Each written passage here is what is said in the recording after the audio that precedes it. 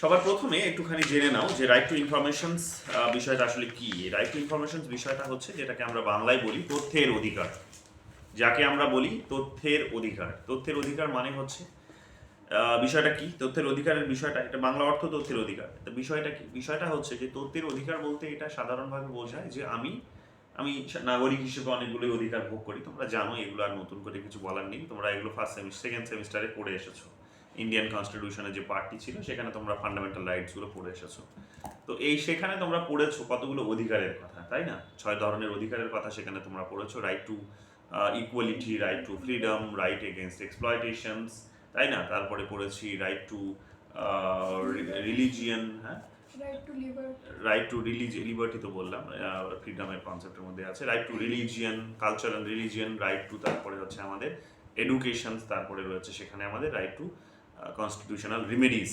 এই 6 ধরনের রাইটস তোমরা সেখানে পড়ে এসেছো এবং সেখানেই তোমরা পেয়েছো একটা বিশেষ আর্টিকেল, সেটার নাম হচ্ছে সেটা হচ্ছে আর্টিকেল 21, যেটা ওই আমরা দেখতে পাবো যে লাইফ অ্যান্ড পার্সোনাল লিবার্টির কথা বলে, ঠিক আছে? তো আমরা যখন দেখছি যে ব্যক্তিত্বের বিকাশের জন্য, যখন দেখছি যে বিভিন্ন ধরনের বিষয়গুলো খুব গুরুত্বপূর্ণ হয়ে যায়, সেই বিভিন্ন বিষয়গুলোর মধ্যে একটা গুরুত্বপূর্ণ বিষয় হচ্ছে এই ইনফরমেশন। অর্থাৎ তুমি যদি তোমার কাছে প্রপার ইনফরমেশনস যদি না থাকে, এনাফ ইনফরমেশনস যদি না থাকে, বা যেটা আমরা রিসোর্স বলতে পারি, যদি না থাকে, তাহলে তুমি ব্যক্তি হিসেবে তোমার নিজের জীবনের উন্নতি ঘটাবেই বা কী করে? নিজের স্বাধীনতাই বা ইনশিওর করবে কি করে? নিজের জীবনের তুমি উন্নতি ঘটাবে কি করে? জীবনটাকে কিন্তু পরিচালনা করবে কি করে? সেটা নিয়ে একটা প্রশ্ন দেখা দিতে পারে। এবং স্বাভাবিক কাজেই আমাদের জীবনকে আমাদের আরো অনেক বেশি সুন্দর করে তুলতে হলে, আমাদের স্বাধীনতা আরো অনেক বেশি বাড়িয়ে তুলতে হলে, বা ইন জেনারেল আমাদেরকে স্বাধীনতা পেতে হলে, এখানে আমাদের সবার আগে এর মিনসগুলোকে আমাদেরকে কিন্তু পেতে হবে। এই মিনসগুলো কি? মিনসগুলো অনেক কিছু হতে পারে। যেমন তোমরা পড়েছো, বললাম 6টা অধিকারের মধ্যেই সমস্ত কিছু রয়েছে। তার মধ্যে যেমন একটা এখানে তোমরা পাবে যে তথ্য। যদি তোমার কাছে তথ্য না থাকে, যদি ইনফরমেশনস না থাকে, তাহলে তুমি জানবে কি করে যে তুমি কোথায় গেলে তোমাকে চাকরি পাওয়া যাবে, কোথায় গেলে তোমার বা কি পড়লে, কিভাবে পড়লে তুমি চাকরি পেতে পারো, তোমার নিজের ইনকাম হতে পারে, তুমি তোমার নিজের উন্নতির জন্য তুমি তোমার কার্যপদ্ধতি করতে পারো, বা যে কোনো অ্যাক্টিভিটিস করতে পারো, কি করে জানবে? তো তথ্যটাই তো গুরুত্বপূর্ণ না, ইনফরমেশনস। এই ইনফরমেশনস তাই এখানে যদি আমরা এখন এমন একটা সমাজে রয়েছে, তোমরা এখন এই মুহূর্তে দেখবে যে গোটা একটা গ্লোবাল একটা গ্লোবাল, আমরা যে একটা কি বলবো, যে গ্লোবাল ভিলেজের যে কনসেপ্টে রয়েছে আমরা এই মুহূর্তে, গ্লোবাল ভিলেজ, আমরা যে গ্লোবাল ভিলেজে বাস করছি বলতে পারো আর্টিফিশিয়ালি। তো সেই ভিলেজে তোমরা দেখবে, সেই ভিলেজ কমপ্লিটলি দাঁড়িয়ে আছে ইনফরমেশনের উপরে। এবং এখনকার দিনে তোমরা দেখবে বিশেষ করে ইনফরমেশন ইজ লাইক আর ডিজিটাল কারেন্সি, ঠিক আছে? ইনফরমেশন, যার কাছে যত বেশি ইনফরমেশন আছে সেই ব্যক্তি তত বেশি সমৃদ্ধ। এবং সেই ইনফরমেশনসগুলো শুধু ইনফরমেশনের আকারে নয়, সেই ইনফরমেশনসগুলো আবার প্রপারলি রয়েছে একেবারেই তার যেটা সময়ে সময়ে যেটা খুব দরকার, এবং সেটা সিস্টেমেটিক ওয়েতে তার কাছে রয়েছে, খুব ফ্লেক্সিবল ওয়েতে রয়েছে, খুব ইজি ওয়েতে তার কাছে সেগুলো সে অ্যাভেল করতে পারে। এই ধরনের ব্যবস্থা যার কাছে আছে, সে কিন্তু সব থেকে বেশি, তোমরা তাকিয়ে দেখো এখনকার দিনে, সে রিচ। এবং তোমরা যদি একটা একটা একটা একটা হলিস্টিক কনসেপ্টে যদি এই জিনিসটাকে দেখো, যদি তোমরা এটা দেশের পার্সপেক্টিভে দেখো, তাহলে তোমরা দেখবে যে দেশের কাছে যত বেশি ইনফরমেশন আছে, সেই দেশ তত বেশি রিচ। এবং এখনকার দিনে এই কারণে বিশ্বের বিভিন্ন দেশগুলো ইনফরমেশন নিয়ে কিন্তু যুদ্ধ করছে, ইনফরমেশন পাওয়ার জন্য যুদ্ধ করছে। একটা সাইলেন্ট কিন্তু একটা ওয়ার কিন্তু একটা চলছে, যেটা আমরা কিন্তু হয়তো সরাসরি দেখছি না, কিন্তু গোটা বিশ্ব জুড়ে কিন্তু এটা চলছে। এই কারণে তোমরা দেখবে যে বিভিন্ন বিভিন্ন দেখবে এখানে কমিউনিকেশন টুলসগুলো ব্যবহার করা হচ্ছে। কমিউনিকেশন টুলসগুলো, বিশেষ করে ভার্চুয়াল কমিউনিকেশন টুলস বা অ্যাপ্লিকেশনস যেগুলো আছে, সেগুলোর কথা এখানে বলা হচ্ছে। সেগুলো কি? সেগুলো যেমন হচ্ছে, তোমরা দেখবে যে বিভিন্ন যে সোশ্যাল মিডিয়া যেগুলো অ্যাপ্লিকেশনস আছে, ঠিক আছে, যেমন ফেসবুক, টুইটার, ইনস্টাগ্রাম, জোম্যাটো থেকে শুরু করে, উবের থেকে শুরু করে, এভরিথিং, যেগুলো আমরা প্রত্যেক দিন আমাদের অ্যাপ্লিকেশনসে ব্যবহার করছি, কিংবা আমাদের কম্পিউটারে আমরা ব্যবহার করছি। সেখানে আমি প্রত্যেক দিন গিয়ে আমি সেখানে আমার প্রত্যেকটা কাজের অ্যাক্টিভিটি সম্পর্কে সেখানে আপডেট করছি, বা হয়তো সেখানে সমস্ত কাজগুলো আমি সেখানেই করছি, আমার জীবন জীবিকা ওখানেই হয়তো দাঁড়িয়ে আছে। ফলে কি হচ্ছে, এই কোম্পানিজটার ওনার যার কাছে আছে, বা যিনি ওনার এই কোম্পানিজটার, যে সমস্ত মানুষরা ওনার, তারা আমরা দেখতে পাচ্ছি কি না, এই ইনফরমেশনসগুলোকে এখানে সেগ্রিগেট করে, ক্লাসিফাই করে, নিজের মতো করে মডিফাই করে, তারা জেনারেলি একটা সেকেন্ডের মধ্যে জাস্ট একটা বাটন ক্লিক করে তারা জানতে পারছে যে এই দেশের ডিমান্ড কি আছে, এই দেশের অসুবিধাগুলো কি আছে, এই দেশের সুযোগ সুবিধাগুলো কি আছে, কোন বিষয়গুলোর উপরে কাজ করা যেতে পারে। তোমরা দেখবে বিশেষ করে যখন তোমরা দেখবে যে ওই মাধ্যমিকের পরীক্ষার রেজাল্ট দেয়, সেই সময় দেখবে জোম্যাটো তাড়াতাড়ি বলে দিতে পারে, ঠিক দেখবে তারপরের দিন খবরের কাগজে চলে আসে যে কতগুলো মিষ্টির অর্ডার তারা ওই গতকাল পেয়েছে, তারা কিন্তু ওটা বলে আর কি, তারা এই জিনিসটা মানে আমরা দেখেছি। তো এটা দিয়ে কি বোঝায়, এটা দিয়ে এটা এই বার্তাটাই দেয় বা বোঝায়, মানে এটা দিয়ে আমরা এটাই বুঝতে পারি এই বিষয়টি দিয়ে যে একটা দেশে কখন কোন প্রোডাক্টটা বিক্রি হতে পারে সেটাকে এখন এখন বের করাটা অনেক বেশি সহজ হয়ে গেছে। আগেকার দিনে যেমন যারা যারা দেখবে ট্রেডার্স ছিল, তারা কি করতো, কিংবা যারা নতুন নতুন কোম্পানি স্টাবলিশ করার চেষ্টা করতো, তারা খুঁজতো কি, তারা খুঁজতো যে কোনখানে ওই যেখানে ওই প্রোডাক্টটার কোনো ব্যবহারই হয় না সেখানে গিয়ে ওরা ইনভেস্ট করতো। যেমন ধরো আগে জুতোর ব্যবহার যদি আমি ধরে নিই, তাহলে ওরা নতুন নতুন ব্যবসায়ীরা কি করতো, বড় ব্যবসায়ীরা করতো কি, যেখানে মানুষ জুতো পরে না সেই জায়গায় প্রবেশ করে তারা ওখানে মানুষকে সাইন্টিফিক্যালি ডেভেলপ করার, মানুষের ব্রেনটাকে ওয়াশ করার চেষ্টা করতো সাইন্টিফিক্যালি, এবং করে তারা কি করতো, ওখানে একটা তাদের নিজেদের কোম্পানিজটাকে কিন্তু ফুলিয়ে ফাঁপিয়ে তুলতো, এবং এভাবে তারা দেখেছি আমরা গোটা বিশ্ব জুড়ে তারা ডেভেলপ করেছে। তো এখানে দেখবে এখনকার টেকনোলজির যুগে এখন এই মিডিয়ামসটা কিন্তু অনেক ইজি হয়ে গেছে। এখন একটা বাটন ক্লিক করলেই কতগুলো, একটা একটা কিবোর্ডের একটা কিক প্রেস করলেই কিন্তু পরিষ্কার বলে দেওয়া যেতে পারে যে এই দেশের বর্তমান চাহিদা কি আছে, অভাব অভিযোগগুলো কি আছে, যে কোনো দেশের বলে দেওয়া যেতে পারে যেখানে এই ধরনের অ্যাপ্লিকেশনসগুলো আছে। সেই কারণে তোমরা দেখবে যে প্রায় সমস্ত দেশগুলো এই টেকনোলজিক্যাল ডেভেলপমেন্টসের দিকে এগিয়ে যাচ্ছে। তো যাই হোক, আমরা দেখতে পাবো যে এইরকম ভাবেই তারা বোঝার চেষ্টা করছে যে ওখানকার অসুবিধাগুলো কি আছে, এবং সেই অসুবিধাগুলোকে হাতিয়ার করে সেখানে গিয়ে ব্যবসা করছে। এই কারণে তোমরা দেখো যত বিদেশি কোম্পানি তোমরা পাবে, যত কোম্পানিজ, বড় বড় কোম্পানিজগুলোর নাম তোমরা জেনারেলি শুনে থাকো ইররেসপেক্টিভ অফ ক্লাসিফিকেশনস, যত বড় বড় কোম্পানিজের তোমরা নাম শুনেছো যেখানে বেশিরভাগই তোমরা দেখবে সব বিদেশি কোম্পানি। অ্যামাজন, ফ্লিপকার্ট থেকে শুরু করে, আমি জানি না ফ্লিপকার্ট দেশি কিনা। তো যাই হোক, এই বড় বড় কোম্পানিজগুলো বড় হচ্ছে কি করে, রাতারাতি বড় হচ্ছে কি করে, তার কারণ হচ্ছে এরা প্রচুর পরিমাণে এরা ডেটার এক্সেস পাচ্ছে। হয় তারা কিনে নিয়েছে অন্য কোনো কোম্পানির কাছ থেকে, আর নাহলে নিজেরাই তারা ধীরে ধীরে ওটা চালু করেছে। তারপরে কি করেছে, ওখানে একবার চালু করতে পারলেই তারপর প্রচুর ধীরে ধীরে মানুষের ইনফরমেশন পাওয়া খুব ইজি হয়ে যায়। ফলে কি হয়, এখন পুরো দেশটার একটা কমন কমন কমন ভ্যালুসগুলোকে বোঝাটা অনেক ইজি হয়ে যায়। এই ফলে তারা রাতারাতি বড় হচ্ছে। তো এই কারণে যার কাছে যত বেশি ইনফরমেশন আছে সেই কিন্তু তত তাড়াতাড়ি কিন্তু নিজেকে ডেভেলপ করতে পারে। তো এই কারণে তোমরা দেখবে যে গোটা বিশ্ব ব্যবস্থায় এখন যে যুদ্ধ চলছে সেটা হচ্ছে ডিজিটাল কারেন্সির যুদ্ধ, ডিজিটাল কারেন্সিকে বেস্ট করে যুদ্ধ, বা যেটাকে আমরা বলতে পারি ইনফরমেশন ওয়ারফেয়ার চলছে। ঠিক আছে, যে একটা তথ্যের জন্য যুদ্ধ চলছে, এবং এই তথ্যের জন্য যুদ্ধ আমরা দেখতে পাচ্ছি। যেমন দেখবে প্রচুর, যেমন চায়নায় তোমরা দেখবে যে গুগল থেকে শুরু করে, ফেসবুক থেকে শুরু করে এই সমস্ত প্ল্যাটফর্মসগুলোকে তারা অ্যালাউ করে না। কেন? কারণ না, নিজেদের দেশের ডেটা তারা কিন্তু বাইরে যেতে দেবে না। এই জিনিসটা আমরা করি। কিন্তু আমরা যে সমস্ত ডেমোক্রেটিক কান্ট্রিজগুলো দেখতে পাই, বিশেষ করে ইন্ডিয়ার উদাহরণ নিয়ে নাও, তো এখনো আমাদের যদিও ন্যাশনালিজমের ভ্যালুসগুলো আমাদের মধ্যে এতটা বড় পরিমাণে, ইকোনমিক ন্যাশনালিজমের কনসেপ্ট বলতে পারো, সেগুলো এখনো বড় পরিমাণে তৈরি হয়নি। সেই কারণে দেখবে স্টেটের উপরে বেশি নির্ভরশীলতা রয়েছে, কিন্তু স্টেটের একটা লিমিটেশন আছে, সে কাজ করতে পারে না, সে অনেক বেশি দুর্নীতি করে, তার সে বা অনেক বেশি কাজের ইনএফিসিয়েন্সি রয়েছে, তাই না, ইনক্যাপাসিটি আছে তার, এই জিনিসগুলো আমরা আছে দেখতে পাই। ফলে সে এগিয়ে যেতে পারে না বেশি। কিন্তু আমরা অন্যদিকে দেখতে পাই যে প্রাইভেট কোম্পানিজগুলোর উপর বেস করে যে সমস্ত দেশগুলো নিজেদের ডেভেলপমেন্ট ইনশিওর করতে পেরেছে, সেখানে অনেক বেশি এফিসিয়েন্সি এসেছে, সেখানে অনেক বেশি আমরা দেখতে পেয়েছি যে সেখানে কিন্তু ডেভেলপমেন্ট এসেছে, এবং এই ডেভেলপমেন্টগুলোর উপর বেস করে তারা কিন্তু আজকে এত বড় কিন্তু বড় বড় কোম্পানিজ তৈরি করে তারা কিন্তু গোটা বিশ্বকে এইভাবে ক্যাপচার করার দিকে এগিয়েছে। যাই হোক, আমরা এটাই বুঝতে পারবো যে যে সমস্ত দেশগুলো তোমরা স্বাভাবিকভাবে দেখবে যে এই প্রাইভেট কোম্পানিজের দিকে বেশি করে ঝুঁকে গেছে, প্রাইভেট ওনারশিপের দিকে ঝুঁকে গেছে, প্রাইভেটাইজেশনের দিকে চলে গেছে, যেটাকে আমরা সঙ্গে বলি লিবারালাইজেশন, প্রাইভেটাইজেশন, গ্লোবালাইজেশনের কনসেপ্টের দিকে যারা চলে গেছে খুব অনেক আগেই, বিশেষ করে আমেরিকার কথা বলতে পারি, ইউরোপীয় দেশগুলোর কথা বলতে পারি, তারা আজকে দেখো ডেভেলপ হয়ে রয়ে গেছে। এবং তারা পেরেছে, তার কারণ হচ্ছে তারা তারা আগে থেকে, অনেক আগে থেকে এই টেকনোলজিক্যাল ডেভেলপমেন্টটা শুরু করেছিল। যাই হোক, সেটা তো একটা টেকনোলজির পার্ট। আমি শুধু এটা তোমাদের এই অর্থেই এটা বোঝানোর জন্য এখানে নিয়ে আসলাম যে এটা দিয়ে বোঝার চেষ্টা করো যে ইনফরমেশনস যদি থাকে তাহলে কতটা সহজ আজকে একটা দেশের সমস্যা বুঝতে পারাটা, কতটা সহজ আজকে সেই সমস্যাগুলো সমাধান করে দেওয়াটা। আমি যদি জানি যে আমার দেশের মানুষের কি কি অসুখ হয়, ঠিক অমুক দিনগুলোতে গিয়ে বা অমুক পিরিয়ডের মধ্যে কি কি সমস্যা হতে পারে, কি কি অসুখ হয়, বা ইন জেনারেল এই মুহূর্তে মানুষ কি কি মেডিসিন কনজিউম করছে, সেগুলো যদি আমি জানি, তাহলে আমি বুঝে নেবো যে সেই মেডিসিনগুলো মানে সেই প্রবলেমটাকে অ্যাড্রেস করাটা খুব সহজ হবে। যেমন ধরে নাও যে এখন আমরা দেখবে এখন মোবাইলে মেডিসিন অর্ডার করি, কিংবা আমরা আমরা আমাদের অসুখ বেসুখ হলে সেগুলো নিয়ে হোয়াটসঅ্যাপে লেখালেখি করছি, ইনস্টাগ্রামে লেখালেখি করছি, যে আমি আজকে অসুস্থ আছি, এরকম একটা স্ট্যাটাস দেওয়ার চেষ্টা করি বা কিছু একটা টেক্সট দেওয়ার চেষ্টা করি। তো কি করে এই বড় বড় কোম্পানিগুলো সেগুলোকে না সেগ্রিগেট করে, সেগুলোকে ক্লাসিফাই করে, সেই সমস্ত ডেটাগুলোকে তারা কিন্তু সেখানে আমরা দেখতে পাই যে কালেক্ট করে ওগুলোকে তারা তখন ক্লাসিফাই করে বোঝার চেষ্টা করে, যে আলাদা আলাদাভাবে ভাগ করার চেষ্টা করে। এই ইনফরমেশনসগুলো তারা গিয়ে বড় বড় কোম্পানিগুলোকে বিক্রি করে দেয়। কোনো একটা ধরো যে এখানে ড্রাগ কোম্পানিকে বিক্রি করে দিল, মানে ওষুধ কোম্পানিকে তারা হয়তো বিক্রি করে দিল, সেই ওষুধ কোম্পানি কি করছে না, তখন সেখানে গিয়ে ওই ধরনের প্রোডাক্ট বিক্রি করছে। তো এতে করে কি হচ্ছে, ওই প্রোডাক্টটা তাড়াতাড়ি বিক্রি হচ্ছে একদিকে, আর হচ্ছে মানুষের প্রবলেম যেটা ছিল সেটারও কিন্তু সমাধান হচ্ছে। এইরকম ভাবে তোমরা দেখবে যে বড় বড় কোম্পানিগুলো যেগুলো উঠে আসছে সেগুলো কিন্তু সব দেখবে ওই বড় বড় দেশগুলোর কোম্পানি এগুলো কিন্তু, ঠিক আছে। তো এইরকম ভাবে আমরা দেখতে পাই যে ইনফরমেশন কিন্তু সেই কারণে আজকের দিনে একটা বড় সম্পদ হয়ে দাঁড়িয়ে গেছে আমাদের সামনে। এখানে একটা জিনিস ভালো করে বোঝো, তাহলে এখানে আমাদের কাছে information is like a digital currency right now in the global village.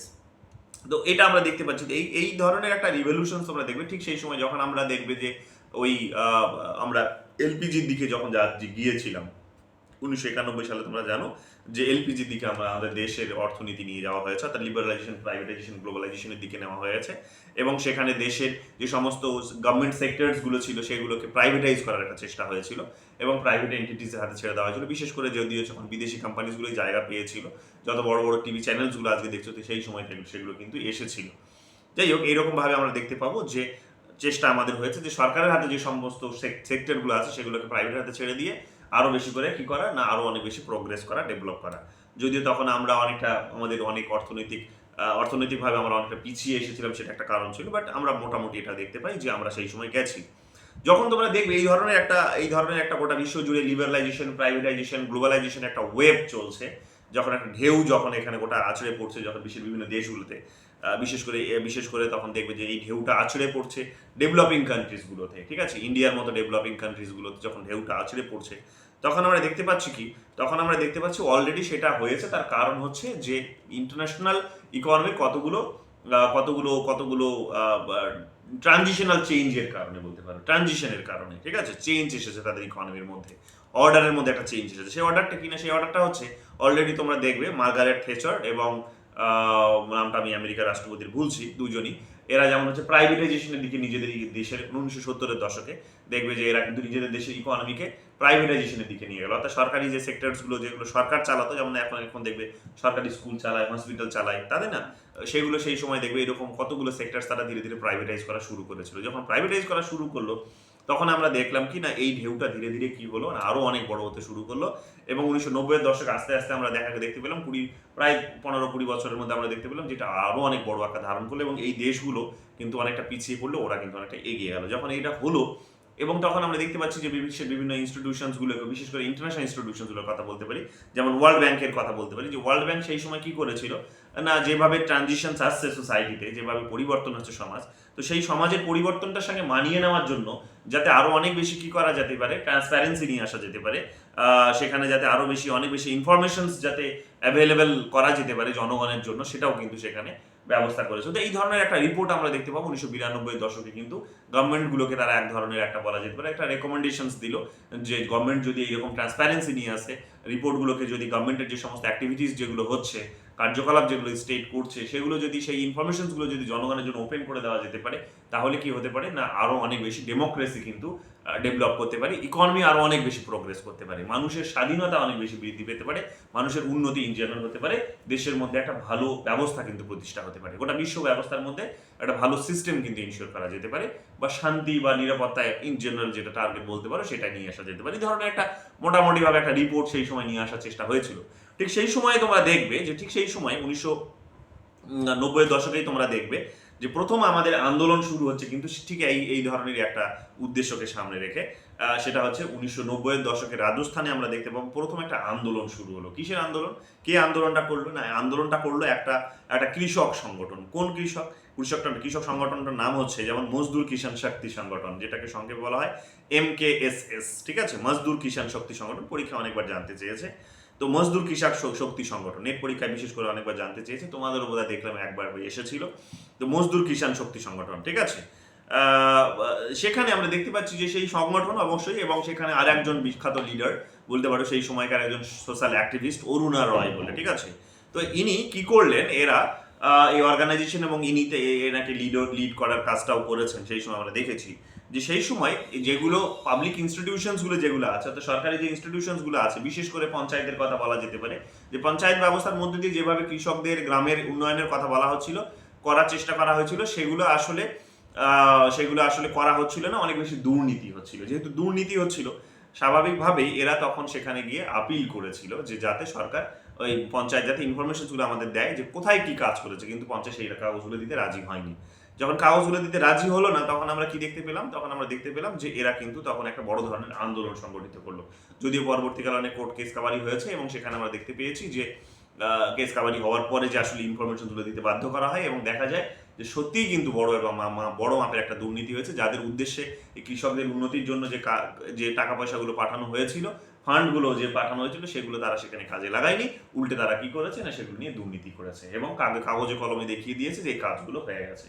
তো এই ধরনের সেই সময় দেখতে পারে একটা বড় আন্দোলন সেই সময় কিন্তু উঠে এসেছিল এবং এই আন্দোলনের মধ্যে দিয়ে আমরা দেখতে পাচ্ছি কি না, তথ্যের অধিকারের আন্দোলন হিসেবে কিন্তু এটা উঠে আসছে, রাইট টু ইনফরমেশন মুভমেন্ট হিসেবে উঠে আসছে এবং সেই মুভমেন্টের মধ্য দিয়ে আমরা দেখতে পাচ্ছি যে বড় আকারের একটা গোটা বিশ্ব জুড়ে, গোটা দেশ জুড়ে একটা কিন্তু ঢেউ আছড়ে পড়ছে ইনফরমেশনস ল নিয়ে আসার জন্য।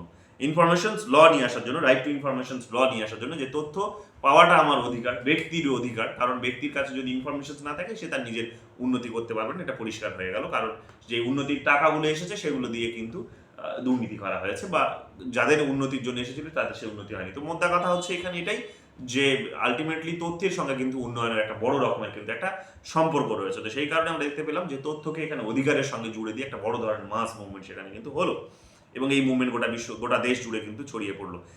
এবং এটা যে তারা এখানেই প্রথম করছে তা কিন্তু নয়, মানে এটা যে আমরা প্রথম ইন্ডিয়াতে দেখছি তা কিন্তু নয়। তোমরা এর এর এর এক্সাম্পলস গুলো তোমরা পাবে, বিশেষ করে এই তথ্যের অধিকার আন্দোলন বা তথ্য জানার যে অধিকার নাগরিকের থাকা উচিত, এবং এটা হলে যে আসলে ডেমোক্রেসিকে আরো অনেক বেশি শক্তিশালী করা যেতে পারে, দেশকে আরো উন্নয়নের পথে নিয়ে যাওয়া যেতে পারে, এই ধরনের একটা চিন্তা ভাবনা আমরা প্রথম দেখেছি কোথায় না, এই ধরনের একটা চিন্তা ভাবনা প্রথম আমরা দেখেছি যে 1766 সালে সুইডেনে কিন্তু এই তথ্যের অধিকার কিন্তু এখানে আমরা দেখতে পেয়েছি যে তথ্যের অধিকারকে শুরু করে গভর্নমেন্ট একটা ইনিশিয়েটিভ নিয়েছিল। ঠিক আছে, তথ্যের অধিকার আইন সেখানে এসেছিল, সেখানে আমরা দেখেছি। এবং তারা জানো আজকে যখন আমরা হিউম্যান রাইটস এর কথা বলি, তখন দেখবে সুইডেন, ফিনল্যান্ড, নরওয়ে, এই সমস্ত দেশগুলোর নাম, ডেনমার্ক, এই সমস্ত দেশগুলোর নাম কিন্তু সবার আগে থাকে। কেন? কারণ তারা মানবিক অধিকারের দিক থেকে এতটা বেশি উন্নয়ন করে ফেলেছে, যেভাবে এইরকম ভাবে গভর্নমেন্টের অ্যাক্টিভিটিসগুলো জনসাধারণের সামনে তুলে ধরে, যে সেখানে কিন্তু মানুষের অধিকার রাতারাতি কিন্তু বদলে গেছে, মানুষ কিন্তু অনেক বেশি এখন সেখানে কিন্তু স্বাধীনতা ভোগ করতে পারে। তো যাই হোক, প্রথম এই আন্দোলনটা প্রথম এই ধরনের একটা ইনিশিয়েটিভ সুইডেনে আমরা দেখতে পাই 1766 সালে নেট পরীক্ষাতে বিশেষ করে অনেকবার জানতে চেয়েছে। তারপরে আমরা দেখতে পাই ফিনল্যান্ডে 1951-এ, তারপরে যেমন ডেনমার্ক এবং হচ্ছে যেটা বলছে নরওয়ে 1917-এ, তারপরে অনেকগুলো কান্ট্রিজে হয়েছে। ঠিক আছে, এই ধরনের মুভমেন্টসগুলো থেকে তারা, বা ওই ধরনের বিষয় সমূহগুলো থেকে, এই দেশের এই ধরনের নিয়ম কানুনগুলো থেকে আসলে শিক্ষা নিয়ে এই আন্দোলনটা আরো অনেক বেশি বলা যেতে পারে শক্তিশালী হয়েছিল বা প্রবুদ্ধ হয়েছিল, যে সেখান থেকে তারা সাহস পেয়েছিল যে এটাকে করা যেতে পারে এবং এই পথে করলে আমাদেরও নিজেদের হিউম্যান রাইটসের, গোটা দেশের মানুষের স্বাধীনতা আরো অনেক বাড়বে, গোটা মানুষের দেশের উন্নতি আরো অনেক বেশি হবে। এই ধরনের আমরা বিষয়গুলো দেখেছি। এবং তাহলে স্বাভাবিকভাবে যে বিষয়টা দাঁড়িয়ে যাচ্ছে এখানে, তথ্যের অধিকার বলতে আমরা যেটা বুঝছি, তথ্যের অধিকার বলতে যেটা বুঝতে পারছি সেটা হলো যে সেই সমস্ত অধিকারগুলোকেই বোঝায় যেখানে কি তথ্য মানুষের জন্য সহজলভ্য করে তোলা হয় বা অ্যাভেলেবেল করে তোলা হয়। কোন তথ্যগুলো? না, গভর্নমেন্টের তথ্যগুলো। এবার কে পেতে পারে এই তথ্যগুলো? এই তথ্যগুলো পেতে পারে কোনো ব্যক্তি কিংবা কোনো নন গভর্নমেন্টাল অর্গানাইজেশন, যেটাকে আমরা এনজিও বলি। তো কোনো এনজিও কিংবা ব্যক্তি চাইলে গভর্নমেন্টের অ্যাক্টিভিটিস সম্পর্কে কোনো আবেদন জানাতে পারে এবং সেই আবেদনের ভিত্তিতে তাকে কিন্তু তথ্য দিতে হবে। ঠিক আছে, এই ধরনের একটা দাবি সেই সময় তোলা হয়েছিল এবং এটাই রাইট টু ইনফরমেশনস। এরপরে পরবর্তীকালে আমরা দেখবো 2005 সালে রাইট টু ইনফরমেশনস অ্যাক্টও কিন্তু উঠে আসলো। ঠিক আছে, দীর্ঘ কয়েক বছর ধরে লড়াই করার পর আলটিমেটলি 2005 সালে আসছে। যদিও 2002 সালে এসেছিল, কিন্তু 2005 সালে আমরা দেখতে পাবো সেটা, যদি 2002 সালে যেটা এসেছিল সেটা খুব এফেক্টিভ ছিল না, লাগু করাই হয়নি সেটাকে। 2005 সালে সেটাকে আমরা বদলে দিয়ে আবার নতুন একটা আইন নিয়ে আসতে সেখানে সরকারকে দেখলাম। এবার এখানে জেনে নাও যে কোন কোন যুক্তিতে তাহলে আমাদের এখানে কোন কোন যুক্তিতে বা এই তথ্যের কোন কোন যুক্তিতে তথ্যের অধিকার আসলে প্রয়োজন হয়, কিংবা কোন কোন ইউটিলিটির দিক থেকে আমরা এই তথ্যের অধিকারকে পেতে পারি। তো তথ্যের অধিকার আমাদের বা এর উপযোগিতাটা কি বলতে পারো? তথ্যের অধিকারের উপযোগিতাটা হচ্ছে যে তথ্যের অধিকার তাহলে কি করতে পারে না, তথ্যের অধিকার হচ্ছে যেমন হচ্ছে অ্যাডমিনিস্ট্রেশনকে আরো অ্যাকাউন্টেবল করে তুলতে পারে, অধিক অ্যাকাউন্টেবল করে তুলতে পারে। কার কাছে? না জনগণের কাছে। জনগণের কাছে সে দায়বদ্ধ থাকবে তার নিজের কার্য পদ্ধতি সম্পর্কে জনগণকে জানানোর জন্য, ঠিক আছে? তাহলে যখন তথ্যের অধিকার আমরা পাচ্ছি, তথ্য জানার অধিকার আমার কাছে আছে, তখন কি হবে? সেই অধিকারগুলো যদি আমি পেয়ে যাই, তাহলে কি হবে? যখন দেখবো আমি ভুলভ্রান্তি কাজ করছে, ভুলভাবে কাজ হচ্ছে, কিংবা দুর্নীতি হচ্ছে, কিংবা যে কাজটা হয়েছে সেটাকে আরো বেটার ভাবে করা যেতে পারতো, মডিফাই করা যেতে পারে, যখন এই বিষয়গুলো যখন জনসমক্ষে চলে আসবে, তখন কি হবে? জনগণ আরো দায়িত্বশীলতার সঙ্গে কাজ করবে, আরো অনেক বেশি অ্যাকাউন্টেবল সে জনগণের প্রতি হয়ে পড়বে। তো এটা একটা লাভ হতে পারে এই তথ্যের অধিকারের মধ্য দিয়ে, ঠিক আছে? এটা হচ্ছে তার একটা যুক্তি বা একটা আর্গুমেন্ট বা এর ইউটিলিটি বলা যেতে পারে, যে এখানে অ্যাডমিনিস্ট্রেশনকে আরো অ্যাকাউন্টেবল করে তোলা যেতে পারে, যে কাজটা ভুল করছে সেটাকে ঠিকভাবে করার জন্য, যে কাজটা একটু নিম্নমানের হয়েছে সেটাকে আরো উন্নত মানের করে তোলার জন্য, এবং দুর্নীতিগুলো ইন জেনারেল কমানোর জন্য একে দায়িত্ববদ্ধ করে তোলা যেতে পারে। এক। দ্বিতীয়, এখানে কি বলছে যে সব সময় তোমরা দেখবে যে আমরা যা জানি আমাদের গণতন্ত্রে আমরা এটা দেখেছি, এবং বিশ্বের বিভিন্ন দেশেই, সব দেশেই এই জিনিসটা কম বেশি রয়েছে, যে আমরা যখন সরকার নির্বাচন করি, সে ডিরেক্ট হোক কিংবা ইনডিরেক্ট হোক, যখন সরকার নির্বাচন করি এবং সরকার গিয়ে আলটিমেটলি যখন কাজ করে, ইন জেনারেল এটা আমরা তো পাবলিক অ্যাডমিনিস্ট্রেশনে পড়ছি, তো বুঝে নাও আমাদের সরকারের যারা যান তারা তো রাজনৈতিক ব্যক্তিত্ব, কিন্তু এদেরকে বিভিন্ন রকমভাবে সাহায্য সহযোগিতা দেওয়ার কাজটা কি করে? অ্যাডমিনিস্ট্রেশন অর্থাৎ প্রশাসন করে। তো এই প্রশাসনে আমরা কি দেখতে পাই? প্রশাসনের সঙ্গে একটা দেখবে জনগণের একটা দূরত্ব রয়ে গেছে। যেমন আগেকার দিনে তোমরা বিশেষ করে দেখবে যে পুলিশ বলতে মানুষ পুলিশকে মামা বলে সম্বোধন করতো, ভয় পেত এক ধরনের, তাই না? ভয় পেত মানুষকে পুলিশকে দেখে, এবং পুলিশ মানে বিশাল ব্যাপার, একটা বিশাল কিছু, একটা সবসময় দূরত্ব থাকতো। পুলিশ আসলে এখানে গোটা পাড়া কাঁপছে, এই ধরনের একটা ব্যাপার। তো পুলিশকে সেখানে একটা এমন একটা মেকানিজম হিসেবে ডেভেলপ করা হতো। আমি এর আগের দিনও তোমাদের ডিএম পড়াতে গিয়ে বলছিলাম যে পুলিশ সিস্টেমটাকে এমনভাবে সেখানে ব্যবহার করা হতো যে সেখানে কিন্তু সেখানে সেখানে সেটার মধ্য দিয়ে একটা ফোর্স প্রয়োগ করার চেষ্টা করতো, ডেভেলপমেন্ট নয়। এবং এতে করে জনগণের কি হতো? জনগণের একটা ভয় ভীতি কাজ করতো প্রশাসন সম্পর্কে। ইন জেনারেল পুলিশ শুধু নয়, এটা যেমন দেখবে যে যখন কোনো আইএএস, কোনো আইপিএস, বিডিও, এই সমস্ত, কিংবা বাবু বলে সম্বোধন করা, ঠিক আছে? অফিসগুলোতে দেখবে বাবু, শুনেছো নিশ্চয়ই কখনো, যে বাবু বাবু বলে সম্বোধন করার এই প্রথাগুলো ট্র্যাডিশনালি ব্রিটিশ পিরিয়ড থেকে চলে আসছে। তো এতে করে কি হয়েছে? এতে করে ওই একটা ডিস্টেন্স তৈরি হয়ে গেছে জনগণের সঙ্গে কিন্তু অ্যাডমিনিস্ট্রেশনের। এই ডিস্টেন্স তৈরি হয়ে যাওয়ার ফলে আমরা আসলে ডেভেলপমেন্ট অ্যাডমিনিস্ট্রেশন গড়ে তুলতে পারিনি। কেন গড়ে তুলতে পারিনি?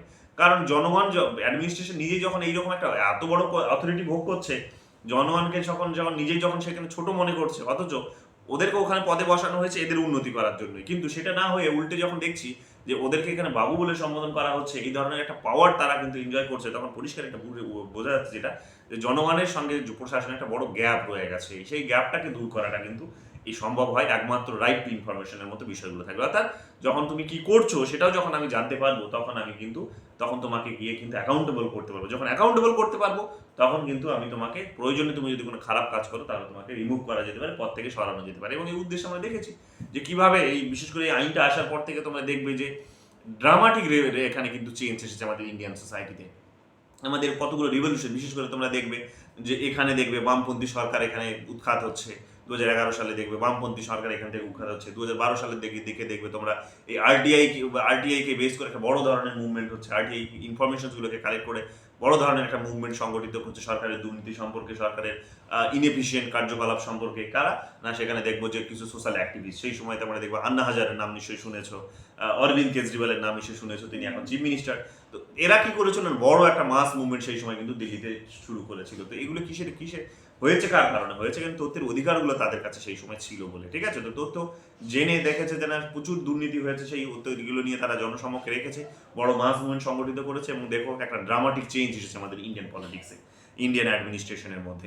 এখন অনেক বেশি অ্যাডমিনিস্ট্রেশন কিন্তু অ্যাকাউন্টেবল, তাই না? এখন ওই বাবু কালচারটা এখন আর অ্যাডমিনিস্ট্রেশনের মধ্যে নেই, কাজেই এই দূরত্বটা কমে গেছে। এবং তোমরা রিসেন্টলি তোমরা দেখবে যে অ্যাডমিনিস্ট্রেশনকে এখন দুয়ারে নিয়ে যাওয়া হয়েছে, যে বাবুগিরি তুমি ওই অফিসে বসে আর ওইটা চলবে না। এখন বাবুগিরি তোমাকে তোমার তোমার চাকরি তো ততক্ষণই থাকবে যতক্ষণ তুমি জনগণকে তোমার কাজগুলো সম্পর্কে জানাতে পারছো, বা কাজ করছো প্রপার, তুমি তোমার দায়িত্বটা সম্পর্কে তুমি পালন করতে পারছো। এবং এখানে দেখবে যে জনগণের দুয়ারে পর্যন্ত আছে জনগণকে নিয়ে যাওয়া, অ্যাডমিনিস্ট্রেশনকে নিয়ে যাওয়া হচ্ছে। যেমন দিল্লিতে দেখবে যে একটা 4 সংখ্যার একটা নাম্বার, সেখানে তুমি ডায়াল করলে তোমার প্রয়োজন মতো সময়ে তোমাকে এসে বাড়িতে সার্ভিস দিয়ে যাবে। সেই তুমি এখন প্রায় 100 বোধহয়, এখন সেটা বোধহয় 20-30 পার করে গেছে।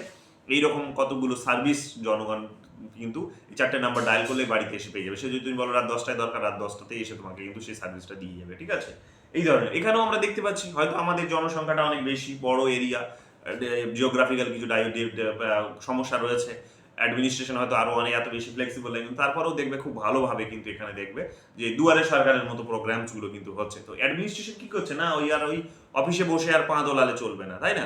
এখন অ্যাডমিনিস্ট্রেশনকে দুয়ারে পর্যন্ত নিয়ে যাওয়া হচ্ছে। তো এতে করে কি হচ্ছে, এই জনগণ এখন কিন্তু তার নিজের দুয়ারের কাছে কিন্তু সে তার নিজের প্রশাসনিক কাজগুলো কিন্তু, বা যেগুলো প্রশাসনিক কাজ আছে সেগুলো কিন্তু করিয়ে নিতে পারছে। তো এতে করে জনগণের সঙ্গে প্রশাসনের দূরত্বটাও কমে গেছে।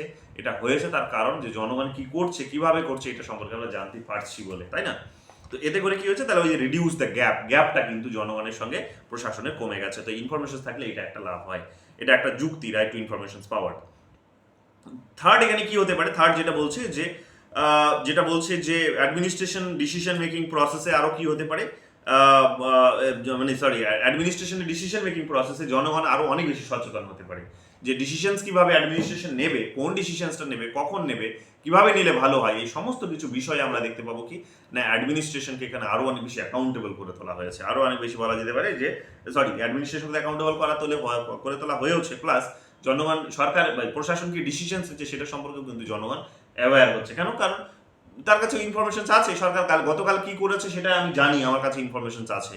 এখন দেখবে সরাসরি, এখন দেখবে প্রেস বিজ্ঞপ্তি দিয়েও জানিয়ে দেওয়ার চেষ্টা করা হয়। হ্যাঁ, জনগণ চাইবে সেটার পরে, কিন্তু সরাসরি সরকার আগে থেকেই দেখবে বা প্রশাসন আগে থেকেই দেখবে সেটা বিজ্ঞপ্তি দিয়ে জানিয়ে দেয় যে অমুক অমুক কাজগুলো কিছুক্ষণ আগে হয়েছে, সেগুলো আর কি জনগণের সামনে রাখে। তো এইরকম ভাবে আমরা, এবং এখন প্রচুর এখন নতুন নতুন টেকনোলজিও সেখানে উঠে এসেছে, বিশেষ করে দেখবে টুইটারে, ফেসবুকে, ইনস্টাগ্রামে, ইউটিউবে এখন কি হচ্ছে সেটা পর্যন্ত রেকর্ড করে দিয়ে দেওয়া হচ্ছে, সেটা আপলোড করে দেওয়া হচ্ছে, জনগণ সেখানে দেখে নিচ্ছে এবং সেখানে নিজের মতো করে ডিসিশন জনগণও নিতে পারছে, সরকার কোথাও ভুল কাজ করছে না।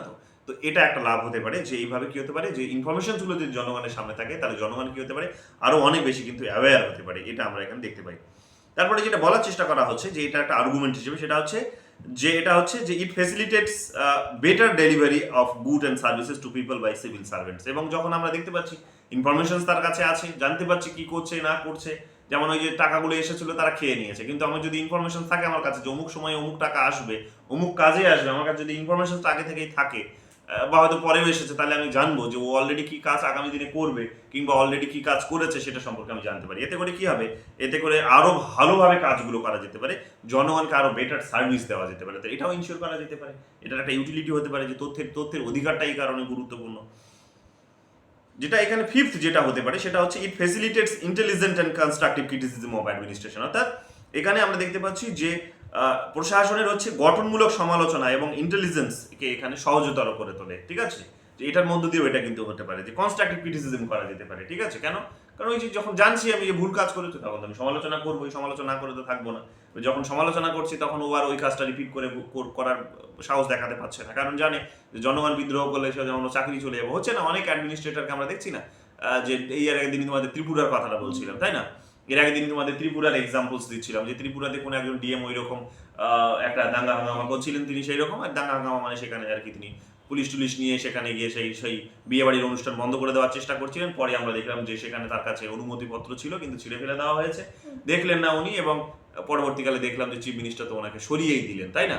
ওনাকে সাসপেন্ড করলেন, কিংবা ওনাকে সেই ইয়ের থেকে সরিয়ে দিলেন। কিংবা তোমরা দেখবে দিল্লিতে একটা ঘটনা রিসেন্টলি, যেমন গত 2-3-6 মাস আগের প্রায় ঘটনা একটা তোমরা দেখবে, দিল্লিতে যেমন হচ্ছে যে স্টেডিয়াম আছে, সেই স্টেডিয়ামে, কোন একটা স্টেডিয়ামে তোমরা দেখবে একজন IAS অফিসার সম্ভবত, তিনি তার মিসেসকে নিয়ে এবং তার কুকুরকে নিয়ে বোধহয় সেখানে গিয়ে টহল দিচ্ছিলেন।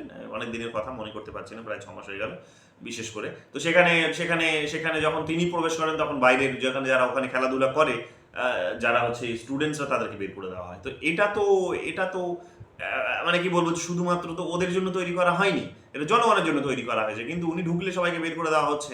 যখন এটা টিভিতে চলে আসলো জনসমক্ষে, যখন কোনো একজন জার্নালিস্ট, সম্ভবত ইকোনমিক টাইমসের কোনো একজন জার্নালিস্ট জনসমক্ষে নিয়ে আসলেন, তখন দেখতে পেলাম আমরা কি, প্রথমে তো অস্বীকার করার চেষ্টা করলো, পরে গিয়ে আমরা দেখতে পেলাম যে না, যখন জনসমক্ষে ভিডিওটা চলে এসেছে, তখন কিন্তু তাদেরকে সাসপেন্ড করে অন্য একটা রাজ্যে বা কেন্দ্রশাসিত অঞ্চলে পাঠিয়ে দেওয়া হলো। তো এটা হলো, এই জিনিসটা হলো, তাহলে এতে করে কি করা হচ্ছে, তাদের কিন্তু কনস্ট্রাকটিভ ক্রিটিসিজম হচ্ছে বলে সোশ্যাল মিডিয়াতে কিংবা ইন জেনারেল সোসাইটিতে তাদের কিন্তু অ্যাডমিনিস্ট্রেশনকে আরো অ্যাকাউন্টেবল করে তোলা যাচ্ছে, বা অ্যাডমিনিস্ট্রেশনকে আরো অনেক বেশি ইন্টেলিজেন্ট করে তোলা যাচ্ছে, ঠিক আছে? তারপরে যেটা কি বলছে, তারপরে বলছে যে it increases people's participation in administration. স্বাভাবিক, যখন আমি জানতে পারছি যে আমার কাছে ইনফরমেশন আছে, যে গভর্নমেন্ট কি কাজ করছে কিভাবে করছে, তখন তখন আমি পরিষ্কার বুঝতে পারছি যে ওই কাজটা উনি কেন, আমিও তো ভালোভাবে করতে পারি। তখন জনগণ নিজেই অনেকে অনেকে আছে যারা নিজের সোশ্যাল সার্ভিস দেওয়ার জন্য আসতে চান, তখন তারা নিজেরা তখন ওই কাজটা, যেমন আইএস আইপিএস যারা হচ্ছে তারা আরো অনেক বেশি করে এখন সংখ্যাটা দেখবে, আগে যে যে পরিমাণে হতো এখন তারা আরো বড় পরিমাণে তারা হতে চাইছে, হ্যাঁ আরো বেশি, সংখ্যাটা আরো অনেক বেশি, দেখবে প্রচুর লক্ষ লক্ষ কোটি কোটি ছেলে মেয়ে সেখানে তারা কিন্তু ট্রেনিং নিচ্ছে, পড়াশোনা করছে এবং ওই অ্যাডমিনিস্ট্রেশনে আসতে চাইছে। কেন? তার কারণ তারা এই কাজটাকে ভালোবাসছে, এই কাজটাকে তারা সেবা হিসেবে নিচ্ছে, বা এই কাজটাকে খুব সহজ বলে মনে করছে, বা তারা পারে বলে তারা মনে করছে। তো এইরকম ভাবে কি করতে পারে না, অ্যাডমিনিস্ট্রেশনেও কিন্তু জনগণের পার্টিসিপেশনসটাকে বৃদ্ধি করা যেতে পারে, এবং জনগণ যখন জনগণের কাজটা নিজের মতো করে করবে তখন অবভিয়াসলি সেটার থেকে আর ভালো সিস্টেম কিন্তু হতে পারে না। কারো দ্বারা করবে আর কেউ নিজে করবে তার কাজটা, সেটা থেকে আর বেশি ভালো কিন্তু মানে অন্য কিছু হতে পারে না। তো এটাও আমরা জানি। It promotes public interest by discouraging arbitrariness in administrative decision making. সেটা কি বলছে, এটা হচ্ছে যে promotes public interest by encouraging trainees, ঠিক আছে, ট্রেনিস যেটা বলছে অ্যাডমিনিস্ট্রেটিভ ডিসিশন মেকিং, যেটা বলার চেষ্টা করছে যে যেখানে যে সমস্ত দেখবে যে জনগণের ইচ্ছে বা যে স্বার্থগুলো সেগুলোকে আরো বাড়িয়ে তোলার চেষ্টা করা হচ্ছে, এবং যে সমস্ত জনগণের যে সমস্ত বিষয়গুলোতে হচ্ছে দেখবে অনীহা তৈরি হয়, বিশেষ করে অনীহা, যেমন দেখবে রাজনীতি সম্পর্কে আমাদের একটা অনীহা রয়েছে, অ্যাডমিনিস্ট্রেশন সম্পর্কে ওই অনীহাগুলো আমাদের আছে, যে অ্যাডমিনিস্ট্রেশনে যাবো বেকার, ওখানে গিয়ে ঝামেলা ঝাঁটি হেন তেন, সেখানে দুর্নীতি ফুর্নীতি এত কিছু, এই জিনিসগুলো হচ্ছে। কিন্তু যখন আমি দেখছি যে না, এখানে দুর্নীতির কোনো জায়গা, অনেক আছে না যে তারা যেমন আমাদের এখন এই মুহূর্তে যিনি চিফ একজন হাইকোর্টের যেন জাস্টিস আছেন, ওনার নাম হচ্ছে যেমন অভিজিৎ গাঙ্গুলি, নাম নিশ্চয়ই শুনেছো তোমরা, এখন খুব বিখ্যাত একজন মানুষ। তো তিনি দেখবেন যে তোমরা যে তিনি যেমন প্রথমে বোধহয় বিসিএস অফিসার ছিলেন, তারপরে তিনি বললেন যে আমি ছেড়ে দিয়েছি, কেন? কারণ ওখানে পলিটিক্যাল প্রেশারে কাজ করতে হচ্ছিল, আমার ওই চামচেগিরি মনে ভালো লাগেনি, সো আমি ছেড়ে দিয়েছি। ওপেন টিভিতে বলছিলেন তিনি। তারপর তিনি আরো ভালোভাবে পড়াশোনা করে প্রিপারেশন নিয়ে তিনি ল করেছেন, এবং তারপরে তো হাইকোর্টের বিচারপতি হয়ে গেলেন। তো দেখো, একটা মানুষ, এত ভালো একটা মানুষ, এত শিক্ষিত মানুষ, তিনি ওখানে পলিটিক্যাল প্রেশার আছে বলে কাজ করতে চাইলেন না। কিন্তু আমি যখন দেখবো যে সেখানে ওপেনলি কাজ হচ্ছে, কোনো রকম সেখানে কোনো রকম সমস্যা নেই কাজ করতে, কারো প্রেশার নেই, তখন আমার কি হবে? এবং কেউ প্রেশার দিলে সেই ইনফরমেশনসটাও আমি লিক করে দিতে পারি, বা লিক করার অপশন রয়েছে, বা হয়তো কাজগুলো সকলের জন্য বেঁধে দেওয়া হয়েছে, এই ধরনের একটা যখন স্বচ্ছ ব্যবস্থা আছে, তখন কি হবে না, এই যে মানুষের যে অনীহা তৈরি হয়েছে অ্যাডমিনিস্ট্রেশনের প্রতি, যে অ্যাডমিনিস্ট্রেশন না যাওয়া, সেগুলোও দূর করা যাচ্ছে। তো এইরকম ভাবে কি করা যেতে পারে, যে এগুলোকেও কিন্তু দূর করা যেতে পারে, মানুষের ইচ্ছেটাকে আরো বাড়িয়ে তোলা যেতে পারে, এবং পার্টিসিপেশনসটাকে ইনশিওর করা যেতে পারে। তো এগুলো ইউটিলিটি বলতে পারো, লাভ বলতে পারো, বা এই গ্রাউন্ডেও কিন্তু আমাদের এগুলো আমাদের রাইট টু ইনফরমেশনসগুলো খুব প্রয়োজন হতে পারে। ইট রিডিউসেস স্কোপ ফর কারাপশনস, দুর্নীতির যে জায়গাটা সেটাকে কমিয়ে দিতে পারে, দুর্নীতির যে ক্ষেত্রটা রয়েছে, দুর্নীতির যে জায়গাগুলো রয়েছে সেটাকে কমিয়ে দিতে পারে প্রশাসনের মধ্যে, তাই না? দেখতে পাচ্ছি না কত দিনের পর দিন দুর্নীতি জনসমক্ষে চলে আসছে, এবং এটা হচ্ছে কি করে? এটা হচ্ছে তার কারণ হচ্ছে যে মানুষ জানতে পারছে বলে কিভাবে দুর্নীতি হচ্ছে। যেমন বললাম যে পুকুর কাটার জন্য টাকা এসেছিল, সেটা খেয়ে নিয়েছে, অথচ পুকুর সেখানে কাটা হয়নি। কিন্তু যখন ইনফরমেশনসটা বেরিয়ে এসেছে, তখন দেখা যাচ্ছে যে রাতারাতি গিয়ে সেখানে হয়তো পুকুরটা কাটা হয়েছে, আর নয় না কাটলেও হয়তো তখন দেখা গেল তাকে হয়তো জেলে পুরে দেওয়া হলো। তো শুধু পুকুর কাটার ঘটনা নয়, লক্ষ লক্ষ কোটি কোটি ঘটনা এরকম কিন্তু উঠে আসছে। তো এগুলো হতে পারছে তার কারণ হচ্ছে এই ইনফরমেশনসগুলো মানুষের কাছে আছে বলে, মানুষ পাচ্ছে বলে। এটা হাপোল্ডস দ্য ডেমোক্রেটিক আইডিওলজি, এবং ইন জেনারেল এটার মধ্য দিয়ে যেটা হতে পারে সেটা হচ্ছে যে ডেমোক্রেটিক আইডিওলজিটা কিন্তু আপহোল্ড হতে পারে, অর্থাৎ জনগণ নিজের যেটা চাহিদা সেটা সে পূরণ করতে পারে। এতে করে জনগণ নিজের মতো করে সরকার বা প্রশাসন চুজ করতে পারে, নিজে সেখানে পার্টিসিপেট করতে পারে, নিজের মতো করে সে সেখানে ডিসিশন নিতে পারে, এবং দেশের উন্নতি সাধন করতে পারে। তো এটা কিসের বৈশিষ্ট্য? এই সব বৈশিষ্ট্যগুলো হচ্ছে ডেমোক্রেসির বৈশিষ্ট্য। তো এখানে আমরা দেখতে পাবো যে এগুলোর মধ্যে দিয়ে আলটিমেটলি যেটা হতে পারে সেটা হচ্ছে ডেমোক্রেসি আরো অনেক বেশি আপহোল্ড হতে পারে, এবং সেখানে প্রশাসনে ট্রান্সপারেন্সি এর মধ্য দিয়েও কিন্তু আসতে পারে। এই বিষয়গুলো আমরা দেখতে পাই। এইভাবে আমরা দেখতে পাবো যে শুধু তাই নয়, এইভাবে আমরা দেখতে পাবো যে অ্যাকাউন্টেবল তো হতেই হয়, প্যারালালি আমরা দেখতে পাই যে অ্যাডমিনিস্ট্রেশন কিন্তু আরো অনেক বেশি রেসপন্সিভ হয়ে পড়ে। অর্থাৎ দেখা গেল যে যেমন তোমরা দেখবে যে একটা উদাহরণ দিলে তোমরা এটা ভালো বুঝতে পারবে, জানো আরো বেশি রেসপন্সিভ হয়েছে এইরকম ভাবে, যেমন যেহেতু রিপোর্টগুলো প্রকাশ পেয়ে গেছে, দুর্নীতি রিপোর্ট ধরো, কিংবা দুর্নীতি রিপোর্ট না প্রকাশ পেলেও হয়তো কাজ করছিল, কিন্তু সারাদিনে দেখা গেল সে 10 লাইন শুধু, যা টাইপিস্ট অফিসে রয়েছে, সারাদিনে হয়তো 10 লাইন টাইপ করেছে, ব্যাস এতটুকুই কাজ করেছে সারাদিনে। চলছে কাজের পর কাজ চলছে, ফাইলের পর ফাইল জমা হয়ে যাচ্ছে, কিন্তু তার কোনো হেলদোল নেই। কিন্তু যখন তথ্য অধিকারে যখন জানা গেল যে সে 1 মাসে আসলে 2টো কাজও করেনি কমপ্লিট, তখন দেখা গেল কি, তখন দেখা যাচ্ছে কি যে তখন যখন চাকরি থেকে সরে দেওয়ার প্রভিশন আসছে বা যখন এটা নিয়ে মুভমেন্ট হচ্ছে সোশ্যাল মিডিয়াতে কিংবা ইন্ডিয়ান সোসাইটিতে, তখন দেখা যাচ্ছে কি না তখন ও আরো বেশি অনেক বেশি রেসপন্সিভ হওয়ার চেষ্টা করছে। দুটো জায়গায় এখন সে বাধ্য হচ্ছে সে তখন মাসে তখন হয়তো 30টা করার 50টা করার এই জিনিসগুলো কিন্তু করতে সে বাধ্য হচ্ছে। তো এইরকম ভাবে আমরা কি দেখতে পাচ্ছি না আরো অনেক বেশি অ্যাডমিনিস্ট্রেশনকে রেসপন্সিভও করে তোলা যেতে পারে, ঠিক আছে। এবং তোমরা দেখবে এই যেটা বললাম যে তথ্যের অধিকার আছে বলেই তো আমরা এটা দেখতে পাচ্ছি, জানতে পাচ্ছি, বুঝতে পারছি যে জনগণ কোন সেক্টরে কত, গভর্নমেন্ট কোন সেক্টরে কত টাকা খরচা করছে, কিভাবে খরচা করছে, এগুলো আমরা পাচ্ছি বলে কি হচ্ছে না এখন বা এই সময়ে তোমরা দেখবে যে এত বিশেষ করে এখন পঞ্চায়েত ইলেকশনের আগে তোমরা দেখবে রাতারাতি দেখবে পাড়ার রাস্তা সংস্কার হবে, রাতারাতি তোমরা পুকুর সংস্কার করতে দেখবে, রাস্তাঘাটে লাইট লাগাতে দেখবে, এই জিনিসগুলো হয় কিন্তু এগুলো হচ্ছে। তার কারণ হচ্ছে যে এখন ইলেকশন চলে এসেছে, জনগণের কাছে অলরেডি ইনফরমেশনসগুলো রয়েছে এবং ওইগুলো নিয়ে একটা কিন্তু মানুষ একটা নেগেটিভ প্রতিক্রিয়া না দেয়, সেই কারণে আমরা দেখতে পাবো কি রাতারাতি এখন এই কাজগুলো হচ্ছে। তো অ্যাডমিনিস্ট্রেশন এখন রেসপন্সিভ হচ্ছে, এই জিনিসগুলো কিন্তু হয়, ঠিক আছে। তারপরে হচ্ছে এবং আলটিমেটলি যেটা বলতে পারি আর একটা বিষয় সেটা হচ্ছে যে এতে করে কি হয় না এই সমস্ত বিষয়গুলোকে ইনশিওর করা গেলে এখানে অ্যাবিউজ করার এখানে চান্সটা কিন্তু খুব কমে যায়, ঠিক আছে। ইট reduces the chance of abuse, ঠিক আছে। অর্থাৎ অথরিটিরা যে সমস্ত তাদের যে পদের যে সমস্ত মিস ইউজ করে থাকে, অ্যাবিউজ করে থাকে আমরা দেখতে পাই, সেই চান্সটা কিন্তু অনেক কমে যায় এবং জনগণের তারা যে সার্ভেন্ট সে সার্ভেন্ট হিসেবে কাজ করতে তারা কিন্তু বাধ্য হয়। তো এইরকমভাবে আমরা দেখতে পাই যে রাইট টু ইনফরমেশনস অ্যাক্ট বা right two informations in general বলতে পারো যে রাইট টু ইনফরমেশনস আমাদেরকে কিন্তু এই বিষয়গুলো ইনশিওর করতে পারে যেটা কমপ্লিটলি আমাদের নিজেদের স্বাধীনতা এবং উন্নতির সঙ্গে জড়িত, জীবনের ধারণার সঙ্গে কিন্তু জড়িত। তো এই কারণে কিন্তু এই গ্রাউন্ডে আমাদের কিন্তু এই একটা বলা যেতে পারে যে এই আইনটার প্রয়োজন, এই ধরনের অধিকারের প্রয়োজন, ঠিক আছে। এবং আমরা দেখতে পাবো যে তোমরা দেখবে যে যেমনটা অলরেডি বলে গেলাম যে অলরেডি এটা সুইডেনে হয়েছিল 1766 সালে, পরবর্তীকালে ফিনল্যান্ড, ডেনমার্ক, নরওয়েতে এসেছে।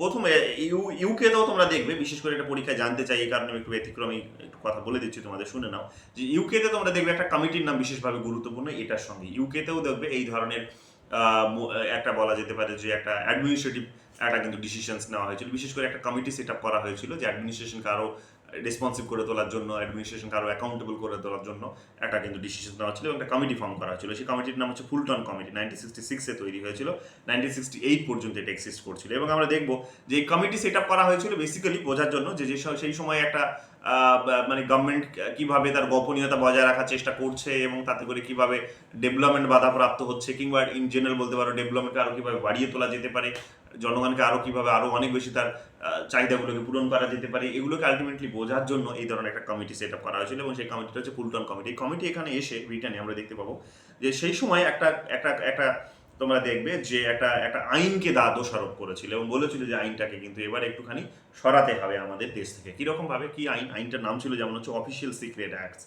তো 1911 সালে তিনি এখানে কি করেছিল, মানে এই কমিটিটা এই সিক্রেট অ্যাক্টটা তৈরি হয়েছিল 1911 সালে। অর্থাৎ 1911 সালে অফিসিয়াল সিক্রেট অ্যাক্ট যখন তৈরি হয়েছিল তখন গভর্নমেন্টের কিছু কার্যকলাপগুলোকে তখন সিক্রেট রেখে দেওয়ার চেষ্টা করা হতো, ঠিক আছে। এবং সেই আইনের মধ্যে সিক্রেট রেখে দেওয়ার বলার চেষ্টা করা হতো কি যে এতে করে নাকি নিরাপত্তা, এতে করে নাকি ইন্টিগ্রিটি, এই সমস্ত কনসেপ্টগুলো বাধাপ্রাপ্ত হবে। তো স্বাভাবিকভাবে এগুলোকে প্রকাশ করা যাবে না। যেমন এখনও তোমরা দেখবে না যে আমাদের কিছু ইনফরমেশন প্রকাশ করতে দেয় না গভর্নমেন্ট নিজেই। বিশেষ করে যেমন দেখবে যে সুভাষচন্দ্র বোস, আমাদের দেশের যদি কথা বলি, যেটা খুব চর্চিত হয় এই কারণে এই পার্সপেক্টিভে, সেটা হচ্ছে যে সুভাষচন্দ্র বোসের যে সমস্ত ফাইলগুলো আছে, হ্যাঁ, সেগুলো যেমন এক্সপোজ করা হচ্ছে না, তাই না, সেগুলো ওপেন করা হচ্ছে না, জনসম্মুখে নিয়ে আসার চেষ্টা করা হচ্ছে না। তো এগুলো যখন হচ্ছে না তখন আমরা কি এখানে আর্গুমেন্ট শুনতে পাচ্ছি এটাই না বিদেশি কোনো দেশের সঙ্গে আমাদের নাকি সম্পর্ক খারাপ হতে পারে, সেই ভাবনা থেকে এটা কিন্তু নিয়ে আসা হচ্ছে না। তো স্বাভাবিকভাবে বন্ধুত্বপূর্ণ সম্পর্ক খারাপ হতে পারে এই ভাবনা থেকে নিয়ে আসা হচ্ছে না। তো এইরকম ভাবেই তোমরা দেখবে যে এই আইনটা যখন সেখানে তৈরি হয়েছিল ওই দেশে, তখন এখানে গভর্নমেন্টের যে অ্যাক্টিভিটিসগুলো আছে সেগুলোকে যদি প্রকাশ করে দেওয়া হয় তাহলে নাকি নিরাপত্তা বিঘ্নিত হতে পারে জনগণের দেশের মধ্যে, এই কথাগুলো সেখানে বলা হচ্ছিল। কিন্তু আলটিমেটলি আমরা দেখলাম যে আলটিমেটলি সেটা বড় পরিমাণে কি করছিল, জনগণের রাইটসগুলোকে কিন্তু মানে জনগণের স্বাধীনতা, জনগণের উন্নতিকে কিন্তু বাধা দিচ্ছিল। তো এই কারণে আমরা দেখতে পেলাম এই কমিটিটা সেখানে এসে কি করলো না এই অফিসিয়াল সিক্রেট অ্যাক্ট যেটা ছিল সেটাকে কিন্তু সেটার এনকোয়ারি করলো এবং সেটাকে কিন্তু সরিয়ে দেওয়ার কথা বললো। এবং আমরা পরবর্তীকালে দেখতে পাবো যে 1772 সালে আরও একটা কমিটি তৈরি হয়েছিল যেটাকে বলা হয় ফ্র্যাঙ্ক কমিটি। সেই ফ্র্যাঙ্কস কমিটিও কিন্তু একই সুপারিশ করেছিল এবং আমরা দেখতে পাচ্ছি যে তারা কিন্তু 1998 সালে একটা এই আইনটাকে সংশোধন করে এবং 2005 সালের 1 জানুয়ারিতে দেখতে পাই একটা নতুন আইন তারা নিয়ে আসে এবং বলার চেষ্টা করে যে গভর্নমেন্ট অত্যধিক বেশি যদি সিক্রেসি বজায় রাখে, সিক্রেট যদি বজায় রাখে বা এইরকম সিক্রেসি রাখে তার কার্যপদ্ধতিগুলোর ক্ষেত্রে, তাহলে মানুষ কিন্তু জানতে পারবে না যে গভর্নমেন্ট যেটা করছে সেটা ঠিক করছে কি ভুল করছে। কাজে গভর্নমেন্ট তো ভুলও করতে পারে, তো এই ভুলটাকেও ধরিয়ে দেওয়ার জন্য তাদের যে অভিভাবক জনগণ সেই জনগণকে কিন্তু এটা কিন্তু জানাতে হবে। এই কারণে এই আইনগুলো কিন্তু সময়ে সময়ে পরিবর্তন আসা দরকার এবং সেই আইনটাকে এই মুহূর্তে পরিবর্তন করা দরকার। তো এই ধরনের কিন্তু সাজেশন সেই সময়, রেকমেন্ডেশন সেই সময় কিন্তু এসেছিল, ঠিক আছে, এটা আমরা দেখতে পাই। সুপ্রিম কোর্টে আমাদের দেশের ব্যাপারে যদি কথা বলি তাহলে তোমরা দেখবে সুপ্রিম কোর্টও কিন্তু বিভিন্ন সময়ে তোমরা দেখবে যে এই রাইট টু ইনফরমেশনসকে বলতে পারো যে আমাদের এই ফান্ডামেন্টাল রাইটসের সঙ্গে কিন্তু জড়িত হিসেবে একটা বিষয় দেখেছে। ফান্ডামেন্টাল রাইটসের বিশেষ করে দুটো রাইটসের সঙ্গে খুব গুরুত্বপূর্ণ, খুব খুব সহজ ডিরেক্টলি লিঙ্কড হিসেবে তারা কিন্তু দেখিয়েছে। কি কোন দুটো অধিকার? একটা হচ্ছে স্বাধীনতার অধিকার আর একটা হচ্ছে জীবন ও স্বাধীনতার অধিকার, right to life and personal liberty, অর্থাৎ ব্যক্তিগত জীবন এবং ব্যক্তিগত স্বাধীনতার অধিকার, ঠিক আছে। আর একটা হচ্ছে ডিরেক্ট স্বাধীনতার অধিকার। স্বাধীনতার অধিকারে আমরা কি পাই না, ফ্রিডম অফ স্পিচ অ্যান্ড এক্সপ্রেশনের যে কথা আর্টিকেলটা রয়েছে ঠিকানে সেটাকে freedom of speech and expression article 19 এতে যেটা রয়েছে, ফ্রিডম অফ স্পিচ 6 ধরনের, যে তোমরা জানো যে 6 ধরনের ফ্রিডমের কথা বলা হয়েছে আর্টিকেল 19 তো সেখানে দেখবে article freedom of speech and এক্সপ্রেশনের কথা বলা হয়েছে, অর্থাৎ জনগণকে কথা বলতে দেওয়ার জন্য, জনগণ যাতে কথা বলতে পারে সেটা এনশিওর করার জন্য কিন্তু তার ইনফরমেশনটা দরকার। ইনফরমেশন না থাকলে সে কি বলবেটা কি? ইনফরমেশন নেই, চুপ করে আছে। ইনফরমেশন থাকলে সে কথা বলবে। কাজেই ইনফরমেশন থাকলে যখন কথা বলবে তখন গভর্নমেন্টের যে সমস্ত কার্য পদ্ধতিগুলো ভালো হচ্ছে সেগুলো প্রশংসা করতে পারবে, যেগুলো খারাপ করছে সেগুলো সমালোচনাও করতে পারবে। কাজেই যখন সমালোচনা করবে তখন ওই সিস্টেমটাকে, যে কাজগুলো করছে ওই কাজটাকে আরো বেটার ভাবে করা যেতে পারে, বা যেগুলো দুর্নীতি হচ্ছে সেগুলোকে রিমুভ করা যেতে পারে, সেগুলোকে কমানো যেতে পারে। এই কারণে জনগণের স্বাধীনতার কনসেপ্টের সঙ্গে তোমরা দেখবে যে এই অধিকারটা কিন্তু এখানে জড়িত, ঠিক আছে। প্যারালালি তোমরা দেখবে article 21 right to life and personal liberty, জনগণের অলরেডি তোমাদেরকে এক্সপ্লেন করলাম, এটা আমি আর এখানে বিস্তারিত কিছু বলছি না। তো এটাও কিন্তু আমাদের এখানে গুরুত্বপূর্ণ। সুপ্রিম কোর্ট এই ধরনের একটা বিভিন্ন জাজমেন্টগুলোর মধ্যে দিয়ে কিন্তু আর্টিকেল 21 মধ্যে এবং আর্টিকেল 9 এটার সঙ্গে কিন্তু ভীষণভাবে ইন্টারলিঙ্কড দেখিয়েছিল, বিশেষ করে বলতে পারো যে আর্টিকেল 21 সঙ্গে, ঠিক আছে, এটা আমরা পাই। এবং তোমরা দেখবে যে বিশেষ করে তোমরা দেখবে যে সেই আমাদের দেশেও কতগুলো এইরকম আমরা দেখলাম, ব্রিটেনে এইরকম একটা একটা একটা আইন ছিল যেটা 1911 সালে হয়েছিল অফিসিয়াল, যেটাকে এখানে বললাম যে তোমাদের যে অফিসিয়াল সিক্রেট অ্যাক্ট 1911 সালে যেটা হয়েছিল সেটা ফুলটন কমিটি এসে সেটাকে সংশোধন করার কথা বললো। এবং সংশোধন শুধু তাই না, ফ্র্যাঙ্কস কমিটিকে আমরা সেটা বলতে শুনলাম। কিন্তু আমরা দেখবো যে আমাদের দেশেও কিন্তু এই ধরনের কতগুলো আইন আছে যেগুলো আমাদের এই তথ্যের অধিকারটাকে কিন্তু পেতে বাধা দেয়। সেই অধিকারগুলো কোনগুলো, সেই আইনগুলো কোনগুলো? আইনগুলো যেমন হচ্ছে আমাদের দেশেও এরকম রয়েছে অফিসিয়াল সিক্রেট অ্যাক্ট 1923 এটা তৈরি হয়েছিল। 1923 মানে বুঝতে পারছো, তখন আমরা স্বাধীনতা লাভ করিনি, তো সেই আইনটা কিন্তু এখনো চলে আসছিল আমাদের দেশে, 2005 সাল পর্যন্ত চলে আসছিল। তো এই আইনটাতে আমরা দেখতে পাই যে আমাদের জনগণকে আরও অনেক বেশি সচেতন করে তোলার ক্ষেত্রে, জনগণকে তথ্যের অধিকার পাওয়ার ক্ষেত্রে, তথ্য পাওয়ার ক্ষেত্রে আরও অনেক বেশি বাধা প্রদান করছিল। তো সেই কারণে কিন্তু এটাকে কিন্তু খুব গুরুত্ব সহকারে বিবেচনা করা হয়েছিল। ইন্ডিয়ান এভিডেন্স অ্যাক্টের কথা বলা যেতে পারে 1872। যেমন অনেক সময় কি হয় যে এভিডেন্স হয়তো সেটা জনসমক্ষে নিয়ে আসলে সেটা হয়তো দেখা গেল যে যিনি দোষারোপ করতো ওটা হয়তো কোনো খারাপ কাজটা করেছেন, অন্যায়টা করেছেন, তাহলে তিনি হয়তো দেখা গেল যে এই এভিডেন্সগুলো হয়তো নষ্ট করে দিতে পারে। তো সেই কারণে এই এভিডেন্সগুলো অনেক সময় সিক্রেট রাখা হয়, তাই না? অনেক সময় তোমরা এই জিনিসগুলো দেখবে যখন সুপ্রিম কোর্টের প্রসিডিংসগুলো দেখবে, হিয়ারিংসগুলো যখন শুনবে তোমরা সুপ্রিম কোর্ট বা হাইকোর্ট বা যে কোনো কোর্ট, তখন তোমরা এই জিনিসগুলো পাবে। এভিডেন্স অ্যাক্টের মাধ্যমে এই কারণে সিক্রেটটা বজায় রাখা হয়। অনেক কেসও আছে সেই কারণে দেখবে সিক্রেসি বজায় রাখা হয়। বিশেষ করে তোমরা মহিলা গঠিত কেসগুলোতে দেখবে বড় কোনো মাপের বড় কোনো উচ্চপদস্থ আমলা কিংবা রাজনৈতিক ব্যক্তিত্ব যখন তোমরা দেখবে কোনো দুর্নীতির ঘটনা ঘটিয়েছেন, তখন সেখানে সিক্রেসিটা বজায় রাখা হয়। কেন?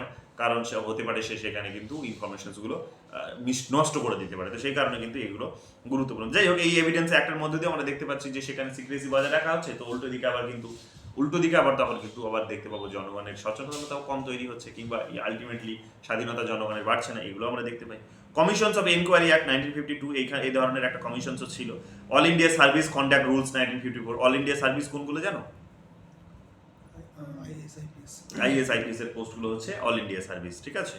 তো এগুলো হচ্ছে আমাদের সেই তাদের সার্ভিসের ক্ষেত্রেও দেখবে যে তাদের যে কার্যকলাপ, তাদের যে খাদ্য পদ্ধতি, সেগুলোর ক্ষেত্রেও দেখবে কিছু কিছু সিক্রেসি বজায় রাখার কথা বলা হয়েছে। সেন্ট্রাল সিভিল সার্ভিস, ঠিক আছে, 1955 যেটা তৈরি হয়েছিল সেগুলোর ক্ষেত্রেও বলা হয়েছিল। রেলওয়ে সার্ভিস, ঠিক আছে, 1956 যেটা তৈরি হয়েছিল সেখানেও কিন্তু এই কথাগুলো বলা হচ্ছে। তো আমরা দেখতে পাবো যে এই বিষয়গুলোর মধ্যে দিয়ে আলটিমেটলি কি করা হয়েছে না, সিক্রেসির আমাদের দেশেও কিন্তু বজায় রাখার একটা কিন্তু ব্যবস্থা কিন্তু ছিল। কিন্তু পরবর্তীকালে আমরা দেখতে পাবো যে বিভিন্ন কমিশনস তৈরি হয়েছে, তারা এই অফিসিয়াল সিক্রেট অ্যাক্টসগুলোকে অ্যাবলিশ করারও কথা বলেছে, বিশেষ করে অফিসিয়াল সিক্রেট অ্যাক্টসকে অ্যাবলিশ করার কথা বলেছে। যেমন সেই আইনটা হচ্ছে এখানে সেই একটা কমিশন তৈরি হয়েছিল, কমিশনসটা হচ্ছে ফিফথ পে কমিশন। সেই ফিফথ পে কমিশন আমরা দেখতে পাবো 94 থেকে 97 এর মধ্যে তারা কিন্তু এই অফিসিয়াল সিক্রেট অ্যাক্টসকে কিন্তু অ্যাবলিশ করারও কথা বলেছিল, এবং এখানে করে যাতে করে আরও বেশি ডেভেলপমেন্ট ইনশিওর করা যেতে পারে। তো 1997 মানে অলরেডি তোমরা বুঝতেই পারছো যে সেই সময় কিন্তু অলরেডি রাজস্থানের কিন্তু তখন কিন্তু ওই রাইট টু ইনফরমেশন মুভমেন্ট কিন্তু অলরেডি সংগঠিত হয়ে গেছে। তো এটা তারপরে আমরা দেখতে পাবো যে এখানে মোটামুটি আমি তোমাদেরকে বললাম যে যখন এই কমিশনস তো রেকমেন্ডেশন দিচ্ছে, সরকারও মোটামুটি নড়ে চড়ে বসছে, এবং সেই সময় তোমরা দেখবে 2002 সালের দিকে একটা আইন নিয়ে আসা হয়েছিল। যেমন হচ্ছে এই আইনটা নিয়ে তো আসা হয়েছিল, নাম দেওয়া হয়েছিল freedom of information act 2002, freedom of information act 2002। কিন্তু এটাকে কিন্তু নোটিফাই করা যায়নি, এটাকে কিন্তু অপারেশনাল করা যায়নি, অর্থাৎ এটাকে প্রয়োগ করা যায়নি। এটা কিন্তু একটা ল্যাক রয়ে গেছিল গভর্নমেন্টের তরফ থেকে। তারপর পরবর্তীকালে আমরা দেখতে পাবো যে 2005 সালে পরবর্তীকালে আবার তোমরা দেখতে পাবে যে যখন গভর্নমেন্ট বদলালো, বিশেষ করে সরকারের যখন বদল আসলো, তোমরা জানো 2004 সাল পর্যন্ত কোন গভর্নমেন্ট পাওয়ারে ছিল? এনডিএ ছিল, বাজপেয়ী ছিল, ঠিক আছে, বাজপেয়ী সেই সময় প্রধানমন্ত্রী ছিলেন। 2004 সালের পর থেকে আমরা কাকে দেখতে পাচ্ছি? ইউপিএ কে দেখতে পাচ্ছি। সেই সময় প্রধানমন্ত্রী কে হয়েছিল? সেই সময় মনমোহন সিং, ঠিক আছে, 4 থেকে 10 বছর তিনি প্রধানমন্ত্রী ছিলেন। তো সেই সময় আমরা দেখতে পাচ্ছি যে গভর্নমেন্ট তখন এসে কিন্তু একটা আইন নিয়ে এসেছিল রাইট টু ইনফরমেশন অ্যাক্ট নামে 2005 সালে, ঠিক আছে। এখানে আমরা দেখতে পাচ্ছি যে এখানেই এখন মানুষ তাদের নিজেদের অস্ত্রটা হাতে পেয়ে গেল, জনগণের অস্ত্র হাতে পেয়ে গেল যে সরকারের কার্যকলাপ সম্পর্কে সব কিছু খুঁজে বের করা। এবং আমরা তখনই দেখেছি বিভিন্ন এনজিওসগুলো তারা কিন্তু অ্যাক্টিভলি সেখানে কিন্তু সেই সমস্ত ইনফরমেশনগুলো খুঁজে বের করেছেন, এবং যেখানে যেখানে দুর্নীতি হয়েছে সেগুলো কিন্তু তারা জনসম্মুখে রেখেছেন। মুভমেন্ট তারা বড় ধরনের করেছে, এবং অ্যান্টি কারাপশনস মুভমেন্ট এই উদ্দেশ্যেই 2012 সালে যে অ্যান্টি কারাপশনস মুভমেন্ট হচ্ছে, এই উদ্দেশ্যে একটা বড় ধরনের মুভমেন্ট আমরা দেবো। বিশেষ করে এই রাইট টু ইনফরমেশনসগুলোকে হাতিয়ার করে তারা কি করেছিল, একটা বড় এই ধরনের মুভমেন্ট সংগঠিত করেছিল। একটা বড় রাজনৈতিক ইতিহাসে আমাদের ইন্ডিয়ান ডেমোক্রেসিতে বড় চেঞ্জ নিয়ে এসেছিল। শুধু তাই নয়, 2014 সালে তোমরা দেখবে গভর্নমেন্টও বদলে গেল, তাই না? ইউপিএ থেকে তোমরা দেখবে আবার নতুন করে এনডিএ গভর্নমেন্ট পাওয়ারে আসলো, এবং প্রধানমন্ত্রী সেখানে নরেন্দ্র মোদী হলেন। সেখানেও এটাও আসার একটা গুরুত্বপূর্ণ কারণ ছিল কিন্তু যে এরাও কিন্তু পলিটিক্যালি দেখতে পাবো যে এরাও কিন্তু বিভিন্ন ইনফরমেশন গভর্নমেন্টের নিয়ে কিন্তু গভর্নমেন্টকে বিদ্ধ করেছিল। ফলে আমরা দেখতে পাচ্ছি আমাদের একটা ড্রামাটিক চেঞ্জ এসেছে আমাদের এই 1990 সালের পর থেকে আমাদের ইন্ডিয়ান পলিটিক্সে। বিশেষ করে আমরা 2000 সালের পর থেকে একটা ড্রামাটিক চেঞ্জ আমাদের ইন্ডিয়ান পলিটিক্সে আমরা কিন্তু দেখতে পাচ্ছি, ঠিক আছে। এবং আমরা দেখবে যে তাহলে যখন আইনটা আসলো তখন এখানে আমরা দেখতে পাচ্ছি পার্টিকুলারলি যে বিষয়গুলোকে এখানে সামনে রেখে এসেছিল, যেগুলো মোটিভেশন হিসেবে কাজ করেছিল, সেগুলো হচ্ছে যেমন প্রমোটিং ট্রান্সপারেন্সিকে, স্বচ্ছতাকে প্রমোট করা, আর হচ্ছে অ্যাকাউন্টেবিলিটিকে। কাজের ক্ষেত্রে আমরা দেখতে পাবো যে সরকারি যে সমস্ত কাজ বা সরকারের যে সমস্ত অথরিটি আছে তাদের ক্ষেত্রে আমরা দেখতে পাবো যে আরও বেশি তাদেরকে অ্যাকাউন্টেবল করে তোলার জন্য এটা কিন্তু চালু করা হলো। তো এটা ছিল আর উদ্দেশ্য, ঠিক আছে। এবং আমরা দেখতে পাবো যে এখানেই আসলে সেন্ট্রাল এবং এখানে আমরা দেখতে পাবো যে এই ইনফরমেশনসগুলো বিশেষ করে এই আইনের মধ্য দিয়ে যাদের কাছ থেকে আমরা পেতে পারি, যেটা এখানে বলা হলো সেটা হচ্ছে যেমন central government, state government, panchayat raj institution, local bodies এবং রেসিডেন্টস অফ গভর্নমেন্ট গ্র্যান্টস। অর্থাৎ মোদ্দা কথা হচ্ছে সহজ কথাই হচ্ছে যে সমস্ত গভর্নমেন্ট ইনস্টিটিউশনসগুলো আছে, সরকারি যে সমস্ত প্রতিষ্ঠানগুলো আছে, তাদের কাছ থেকে আমরা সরাসরি ইনফরমেশন পেতে পারি। শুধু সরকার নয়, সরকার যে সমস্ত ইনস্টিটিউশনসগুলোকে আবার গ্র্যান্টস দেয়, অনুদান দেয়, যেহেতু তারা সরকারি টাকা নেয়, তো কাজে তারা কি করছে সেই টাকাটা নিয়ে, কিভাবে করছে সেটাও জানার কিন্তু অধিকার জনগণের আছে। এই ধরনের প্রভিশনসগুলো কিন্তু এই আইনটার মধ্যে নিয়ে আসা হলো।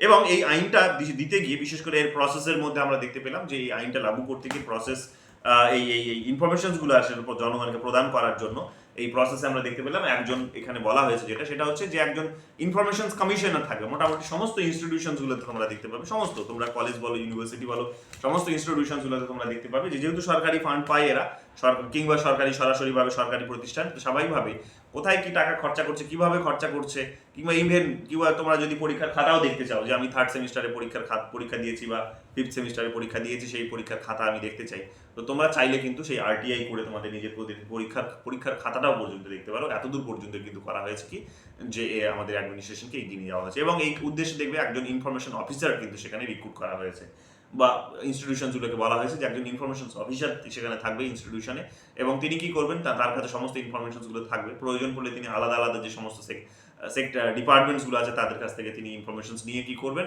জনগণ যিনি আপিল করেছেন তাকে কিন্তু ইনফরমেশন প্রোভাইড করে দেবেন। এবং এখানে একটা মোটামুটি একটা এখানে বলা যেতে পারে যে একটা বাধ্যবাধকতার জায়গাও তৈরি করা হয়েছে। বিশেষ করে এখানে বলা হয়েছে যে 30 দিনের একটা সময়সীমা কিন্তু বেঁধে দেওয়া হয়েছে, যে 30 দিনের মধ্যে, যেমন আমার প্রশাসনের মধ্যে দেখতে পাই যে হ্যাঁ একটা আপিল করলাম, আবেদন করলাম, কোথায় সেই আবেদন পড়ে আছে, কেউ আর খোঁজ নেওয়ার কেউ নেই, ওরা ওটার উত্তর দেওয়ারও আর কেউ প্রয়োজন বোধ করে না। এখানে আমরা দেখতে পাচ্ছি কি 30 দিনের একটা কিন্তু সময়সীমা বেঁধে দেওয়া হয়েছে, এবং যে 30 দিনের মধ্যে তোমাকে কিন্তু ইনফরমেশন দিতে হবে। যদি 30 দিনের মধ্যে ইনফরমেশন না দাও, তাহলে তোমাকে কি করতে হবে না, তোমাকে কিন্তু পানিশমেন্টের মুখে পড়তে হবে। কি ধরনের পানিশমেন্ট? প্রত্যেক দিনের হিসাবে যেমন তোমাকে 250 টাকা ফাইন দিতে হবে, এবং এই ফাইন সর্বাধিক যেমন 25,000 টাকা হতে পারে। এই ধরনেরও প্রভিশনস কিন্তু এখানে রাখা হয়েছে। এবং শুধু তাই নয়, 30 দিন তো অনেক লেট। যদি দেখা যায় যে ব্যক্তিগত এই আর্টিকেল 21 এর সঙ্গে জড়িত, বিশেষ করে কোনো একজন ব্যক্তির যে ফান্ডামেন্টাল রাইটস, বিশেষ করে ফান্ডামেন্টাল রাইটসের মধ্যে যেমন আর্টিকেল 21 যেটা বলা হয়েছে, ঠিক আছে, যে right to life and personal লিবার্টির যদি এখানে বিষয় জড়িত থাকে, তাহলে 30 দিন তো অনেক পরের গল্প, ইমিডিয়েট বেসিসে তোমাকে কিন্তু দিতে হবে। এই ইমিডিয়েট বেসিসটা কত না 48 ঘন্টা। এই 48 ঘন্টার মধ্যে তোমাকে কিন্তু ইনফরমেশনসটা সেই ব্যক্তিকে কিন্তু প্রদান করতে হবে, কারণ তার লাইফ এবং জীবনের সেখানে বিষয় কিন্তু সেটার সঙ্গে জড়িত, ইনফরমেশনের সঙ্গে। স্বাভাবিকভাবেই তাকে 48 ঘন্টার মধ্যে এটা কিন্তু প্রদান করতে হবে। এই ধরনের প্রভিশন, একদম কড়া প্রভিশন এখানে কিন্তু নিয়ে আসা হয়েছে। এবং এই কারণে দেখবে, যেমন আমি কতবার করেছি, নিজের প্রয়োজনেই কতবার করেছি, আমি নিজের রিসার্চের কাজে করতে হয়েছে আমাকে, তো সেখানে দেখেছি যে একটা পেপার 2-3 বার করে পাঠাচ্ছে ওরা, কনফার্ম করার, মানে একটা ইনফর্ম জানি না, হয়তো বা এটা তারা ইনশিওর করার চেষ্টা করছে যে লেটারটা ঠিকঠাকভাবে পৌঁছেছে কিনা। তো একই লেটার দেখছি 3-4 বার করে এসে পৌঁছচ্ছে, 3-4টে জায়গা থেকে এসে পৌঁছচ্ছে, ঠিক আছে। কেন? কারণ আমি হয়তো আপিলটা করেছি, হয়তো দেখা গেল এডুকেশন ডিপার্টমেন্টকে, কিন্তু সেটা এডুকেশন ডিপার্টমেন্টের আপিল নয়, মানে এরিয়া নয়, সেই ইনফরমেশনগুলো প্রোভাইড করা, কিংবা হয়তো ওর কাজের এলাকার মধ্যে পড়ে না। সেটা হয়তো দেখা গেল যে সেটা দেখা গেল যে সেটা সেটা অন্য একটা ডিপার্টমেন্টের এরিয়া। তো সে কি করেছে, ওই আপিলটা সে অন্য একটা ডিপার্টমেন্ট, ওই পার্টিকুলার ডিপার্টমেন্টটাকে পাঠিয়ে দিয়েছে, যার কাজের এলাকায় ওটা। তো ও তো এবার সরাসরি আমাকে দিয়েছে, ইনিও আবার আমাকে কিন্তু ইনফরমেশনটা দিয়েছেন, যেটা আমি দেখলাম। এখন এটা কতটা সঠিক, কতটা মানে আইন বিরুদ্ধ, কতটা আইন মেনে হয়েছে আমি জানি না, বাট এই জিনিসটা কিন্তু আমার কাছে হয়েছে যে আমি একাধিক ইনফরমেশন কিন্তু পেয়েছি সেখানে। এবং এখন অনেক বেশি কিন্তু সেই ইনফরমেশনসগুলো পাওয়া সহজও করে দিয়েছে। বিশেষ করে তোমরা দেখবে যে মোটামুটি সমস্ত ইনস্টিটিউশনসগুলো একটা প্রভিশনস দেওয়া হয়েছে, বা এখন সবাই ফলো করছে, কিংবা একটা সেন্ট্রালি একটা বলতে পারো যে একটা তৈরি হয়েছে, একটা ওয়েবসাইটও তৈরি হয়েছে, যে সেখানে কিন্তু কি করতে পারে, জনগণ চাইলে সেখানে কিন্তু জাস্ট এক ক্লিকেই সেখানে কিন্তু তার নিজের ইনফরমেশনসগুলো পেয়ে যেতে পারে। অর্থাৎ তুমি সেখানে গিয়ে জাস্ট তোমার নিজের কি ইনফরমেশনস চাইছো সেখানে তার প্রশ্নগুলো সেখানে রাখো, তো উত্তর সেখান থেকে কিন্তু গভর্নমেন্টের তরফ থেকে দেওয়া হবে। এবং সেখানে বিনামূল্যে এখানে ইনফরমেশন দেওয়ার কথা বলা হচ্ছে, বিনামূল্যে। তবে খুবই মানে একেবারেই বিনামূল্যে তা কিন্তু নয়, ন্যূনতম একটা ফি, রিজনেবল একটা ফি সেখানে কিন্তু রাখা হয়েছে। এবং মোটামুটি দেখা গেল যে সেগুলো প্রিন্ট করতে যা খরচা আসে সেগুলো আর কি সামনে রেখে দেওয়া হয়েছে। যাই হোক, মোটামুটি একটা 10 টাকার ফিস দিয়ে তুমি কি করতে পারো, একটা খুবই ন্যূনতম ফিস দিয়ে তুমি ইনফরমেশনগুলো পেতে পারো। এবং দেখা যাচ্ছে যদি কেউ আবার দেখা গেল যে বিপিএল কার্ড হোল্ডার, অর্থাৎ বিলো পভার্টিতে যিনি হয়তো বাস করেন, এই ধরনের যদি কেউ কোনো ব্যক্তি থাকেন, তাহলে দেখা যায় যে সেই ব্যক্তির ক্ষেত্রে আমরা দেখতে পাই যে তার হয়তো ফিস লাগে না, ঠিক আছে, বিনা পয়সায় সে কিন্তু কার্ডটা যদি ইস্যু করে, তাহলে বিনা পয়সায় এই ইনফরমেশনগুলো পেতে পারে। এই ধরনেরও প্রভিশন এখানে রাখা হয়েছে, ঠিক আছে। এবং আমরা দেখতে পাবো যে এই কাজগুলো যাতে সুন্দরভাবে সম্পূর্ণ হয়, সেই কারণে দেখবে যে দুটো স্টেজে দুটো কমিশন তৈরি করা হয়েছে। বিশেষ করে একটা বলা যেতে পারে যে দুটো স্টেজ বলবো না, দুটো ডিভিশন বলা ভালো স্টেজের থেকে। একটা হচ্ছে সেন্ট্রাল ইনফরমেশন কমিশন তৈরি করা হয়েছে, আর একটা হচ্ছে state information commission. State information কমিশনের মাথায় যেমন হচ্ছে একজন কমিশনারকে বসানো হয়, এবং সেন্ট্রাল ইনফরমেশন কমিশনের মাথাতেও একজন কমিশনারকে বসানো হয়। সেন্ট্রাল ইনফরমেশন কমিশনটা এখানে খুবই গুরুত্বপূর্ণ। সেন্ট্রাল ইনফরমেশন কমিশনের মাথায় কাউকে যখন বসানো হয়, তখন তার জন্য দেখবে একটা সার্চ কমিটি একটা কিন্তু তৈরি হয়, ঠিক আছে। এই সার্চ কমিটি আমরা দেখতে পাবো যে বিশেষ করে সেখানে সিলেকশন প্যানেল একটা তৈরি হয়। সেই সিলেকশন প্যানেলে কারা থাকে, সিলেকশন প্যানেল থাকেন প্রধানমন্ত্রী, সেখানে লোকসভার বিরোধী দলনেতা এবং প্রধানমন্ত্রীর মনোনীত একজন মন্ত্রী, অর্থাৎ প্রধানমন্ত্রী নমিনেটেড একজন কিন্তু মিনিস্টার, অর্থাৎ 3জন ব্যক্তি আমরা দেখতে পাচ্ছি। তারা কি করেন না, ওই প্যানেলটা তৈরি করেন, প্যানেলটা তৈরি করে তারা কিন্তু ওই রাষ্ট্রপতিকে পাঠান, রাষ্ট্রপতি এটাতে কিন্তু তাদেরকে রিক্রুট করে থাকেন। তো আমরা দেখতে পাই যে একজন কমিশনারকে রিক্রুট করা হয়, সেখানে 3জন, অর্থাৎ মোটামুটিভাবে এটাও একটা ডিবেটের জায়গা আসলে এগুলো, যে গভর্নমেন্টের কন্ট্রোলটাকেই আসলে বেশি রাখা হয়েছে, নিরপেক্ষতাটা আসলে নেই। কারণ দেখো এখানে প্রধানমন্ত্রী যিনি, তিনি তো সরকারেরই প্রধান, আবার রাজনৈতিক প্রধান। তারপরে আমরা দেখতে পাই লোকসভার বিরোধী দলনেতা, লোকসভার বিরোধী দলনেতাটা শুধুমাত্র আমরা দেখতে পাই যে বিরোধী দল, মানে ওই সরকারের বিরোধী। আর প্রধানমন্ত্রীর মনোনীত একজন যখন মন্ত্রী বলছি, তখন আমি দেখতে পাচ্ছি কি প্রধানমন্ত্রী মনোনীত হয়ে গেলে তখন মেজরিটিটা কার, মেজরিটিটা কিন্তু সরকারেরই থাকছে আলটিমেটলি। এক তো প্রধানমন্ত্রী নিজেই, আর অন্যদিকে আরেকজন মন্ত্রী। তো দুজন মিলে তারা কি করছে, এই এই চিফ ইনফরমেশন কমিশনারকে খোঁজার চেষ্টা করছে বা এখানে সিলেক্ট করার চেষ্টা করছে। তো এখানে স্বাভাবিকভাবে আমরা দেখতে পাই যিনি এই পদে বসেন তিনি আসলে ওই সরকারেরই লোক হন বলা যেতে পারে। অনেকে এটা আসলে রাজনৈতিকভাবে এটা নিয়ে বলার চেষ্টা করে যে যিনি যাকে এসে পদে বসানো হয় তিনি সরকারেরই লোক হন, সরকারের মতো করেই কাজ করেন, সরকার যেগুলো ইনফরমেশন ডিসক্লোজ করতে চায় না সেগুলো একটু বাধা দেন, সরকার যেগুলো ডিসক্লোজ করতে চান সেগুলো সে নির্দ্বিধায় সেখানে দিয়ে দেন। এই জিনিসগুলো আমরা এখানে কিন্তু দেখতে পাই। তো এখানে আমরা দেখতে পাবো যে এইরকমভাবে কিন্তু ইনফরমেশনস কমিশনস দুটো তৈরি করা হয়েছে। এবং তুমি যদি ইনফরমেশনের জন্য যদি তুমি ইনফরমেশন কমিশনারকে আপিল করো, তাহলে যেমনটা বললাম 30 দিনের মধ্যেই তোমাকে সেই ইনফরমেশনগুলো তাকে প্রদান করতে হবে। যদি সে 30 দিনের মধ্যে ব্যর্থ হয় তাহলে তো তার ফাইনের ব্যবস্থা রয়েছে। এবং তুমি যদি যে ইনফরমেশনগুলো দেওয়া হয়েছে সেগুলো নিয়ে যদি সন্তুষ্ট না হও, কিংবা দেখা গেল যে সেই ইনফরমেশনসগুলো বা সময় হয়তো ইনফরমেশন দেওয়া হয়নি, তাহলে দেখা গেল কি তুমি কিন্তু স্টেট ইনফরমেশন কমিশনের কাছে যেতে পারো। যদি স্টেটের সেটা এরিয়া হয় তো স্টেট ইনফরমেশনের কাছে যেতে পারো। আর যদি স্টেট ইনফরমেশনের কাছেও থেকে যদি তুমি সন্তুষ্ট না হও, তাদের রিপোর্টে যদি সন্তুষ্ট না হও, তাদের উত্তরেও যদি সন্তুষ্ট না হও, তাহলে তুমি কিন্তু এখানে হাইকোর্টে কিন্তু আপিলও করতে পারো। ঠিক আছে, এই ধরনেরও প্রভিশনস এখানে কিন্তু দেওয়া হয়েছে। ঠিক আছে, এই কথাগুলো এখানে বলা হয়েছে। এবং শুধু তাই নয়,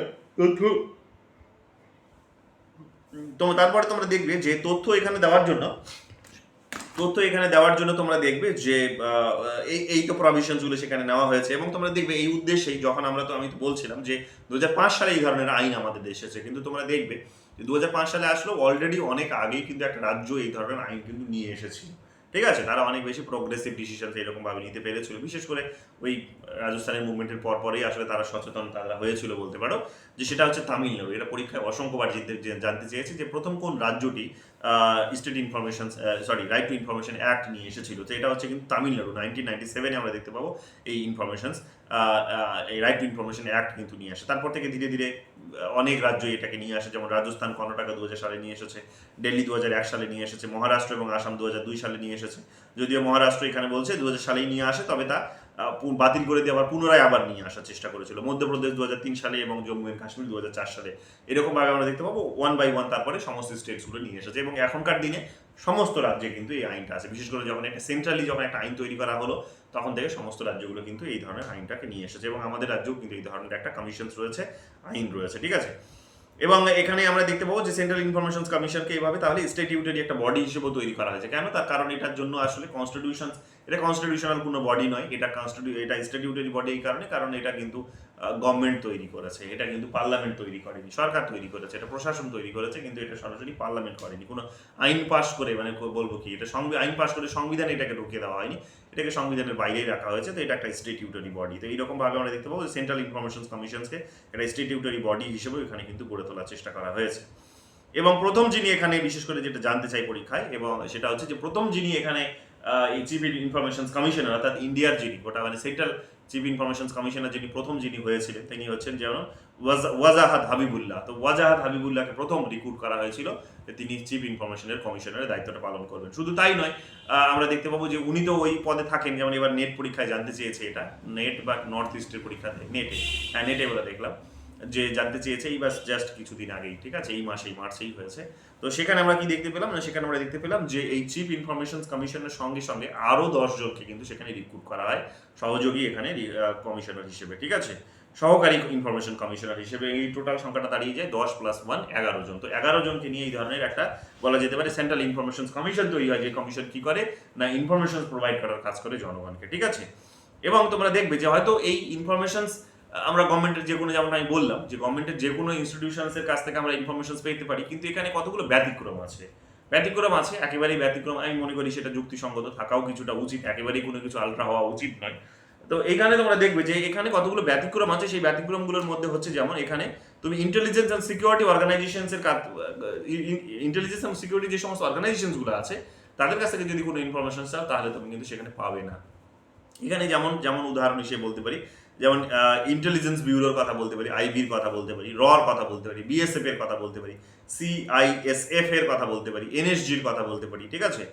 এই সমস্ত অর্গানাইজেশনসগুলোর কথা বলি, ইনস্টিটিউশনসগুলোর কথা বলতে পারি, যাদের কাছ থেকে তুমি কিন্তু ইনফরমেশনস পাবে না, ঠিক আছে। কেন? তার কারণ এগুলো ওই সিকিউরিটি রিলেটেড ইস্যুস নিয়ে এরা ডিল করে, এরা ইন্টেলিজেন্সের মতো বিষয় নিয়ে ডিল করে। তো স্বাভাবিকভাবে সব ইনফরমেশনস এদের কিন্তু ডিসক্লোজ করা হয় না, বা এদিন জেনারেল এদেরকে করতে পারে না। তবে যদি কোনো হিউম্যান রাইটস যদি ভায়োলেশনস হয়েছে, দেখা যায় যে হিউম্যান রাইটসকে ভায়োলেট করা হয়েছে এবং কোনো কারাপশনের এখানে কিন্তু একটা জায়গা তৈরি হয়েছে, বা কারাপশনের একটা একটা বলা যেত অভিযোগ উঠে এসেছে, তাহলেই দেখা যেতে পারে যে সেই এই অর্গানাইজেশনসগুলোর কাছ থেকেও কিন্তু আমরা ইনফরমেশনস পেতে পারি। তো এগুলোও কিন্তু এই কারণে তোমরা দেখবে যে হয়তো এদেরকে বাইরে রাখা হয়েছে, বাট পার্টিকুলার এই বিষয়গুলোর ক্ষেত্রে এদেরকে কিন্তু জনগণকে কিন্তু পাওয়ার দেওয়া হয়েছে যে জনগণ চাইলে এই দুর্নীতির ক্ষেত্রে এবং হিউম্যান রাইটস যদি ভায়োলেশন করে থাকে এরা, তাহলে সেই ক্ষেত্রে কিন্তু তাদের কাছেও কিন্তু তথ্য চাওয়া যেতে পারে। তো এইরকমভাবে আমরা দেখতে পাবো যে এগুলো কিন্তু হয়ে থাকে, ঠিক আছে। এবং তোমরা দেখবে যে ইনফরমেশনসগুলো, যেমন অনেক ইনফরমেশন ডিসক্লোজ করা হয় না, রেখে দেওয়া হয় যে মানুষ কতগুলো ইনফরমেশন জানতে চেয়েছে, কোন ইনফরমেশনগুলো বেশি জানতে চেয়েছে। সমস্ত ইনফরমেশনসগুলো বিশেষ করে তোমরা দেখবে গভর্নমেন্টে মোটামুটিভাবে এগুলো 20 বছরের জন্য প্রিজার্ভ করে রাখা হয়। 20 বছর পর সেগুলোকে ডিসক্লোজ করা হয় যে জনগণ কোন ইনফরমেশনগুলো জানতে চেয়েছিল, বা কোনো একটা অর্গানাইজেশনের কোনো ইনফরমেশন হয়তো ডিসক্লোজ করা হয়নি, তো সেগুলোকে তোমরা দেখবে আফটার 20 ইয়ার্স সেগুলোকে কিন্তু ডিসক্লোজ করার এখানে একটা প্রভিশনস রয়েছে। তো এই আইনটার মধ্যে দিয়ে আমরা এখানে এই জিনিসগুলো কিন্তু এখানে আমরা দেখতে পাবো, ঠিক আছে। 2019 সালে তোমরা দেখবে, 2019 সালে এটা পরীক্ষায় জানতেও চেয়েছিল এইবার, 2019 সালে এই পরীক্ষাতেই জানতে চেয়েছে নেটেই। 2019 সালে তোমরা দেখবে যে এই আইনটাকে সংশোধন করা হচ্ছে, এই আইনটাকে সংশোধন করা হচ্ছে। এখানে একটা পলিটিক্যাল কন্ট্রোভার্সিও সেই কারণে উঠে এসেছে, আমি হালকা করে সেটাও বলে দিচ্ছি, কারণ খুব বেশি পলিটিক্যাল কন্ট্রোভার্সিতে আমাদের যাওয়া উচিত নয়।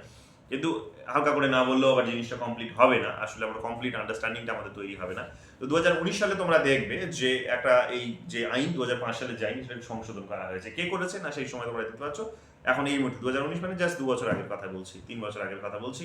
তো সেখানে তোমরা দেখতে পাবে যে এই বিজেপি গভর্নমেন্টই করেছে, নরেন্দ্র মোদী সেইখানে ওনার নেতৃত্বেই আসলে হয়েছে, পার্লামেন্টে এটাকে সংশোধন করা হয়েছে। এবং কোন কোন প্রভিশনগুলোকে সংশোধন করা হয়েছে, প্রভিশনসগুলোকে সংশোধন করা হয়েছে দেখো, খুবই তাৎপর্যপূর্ণ সেগুলো।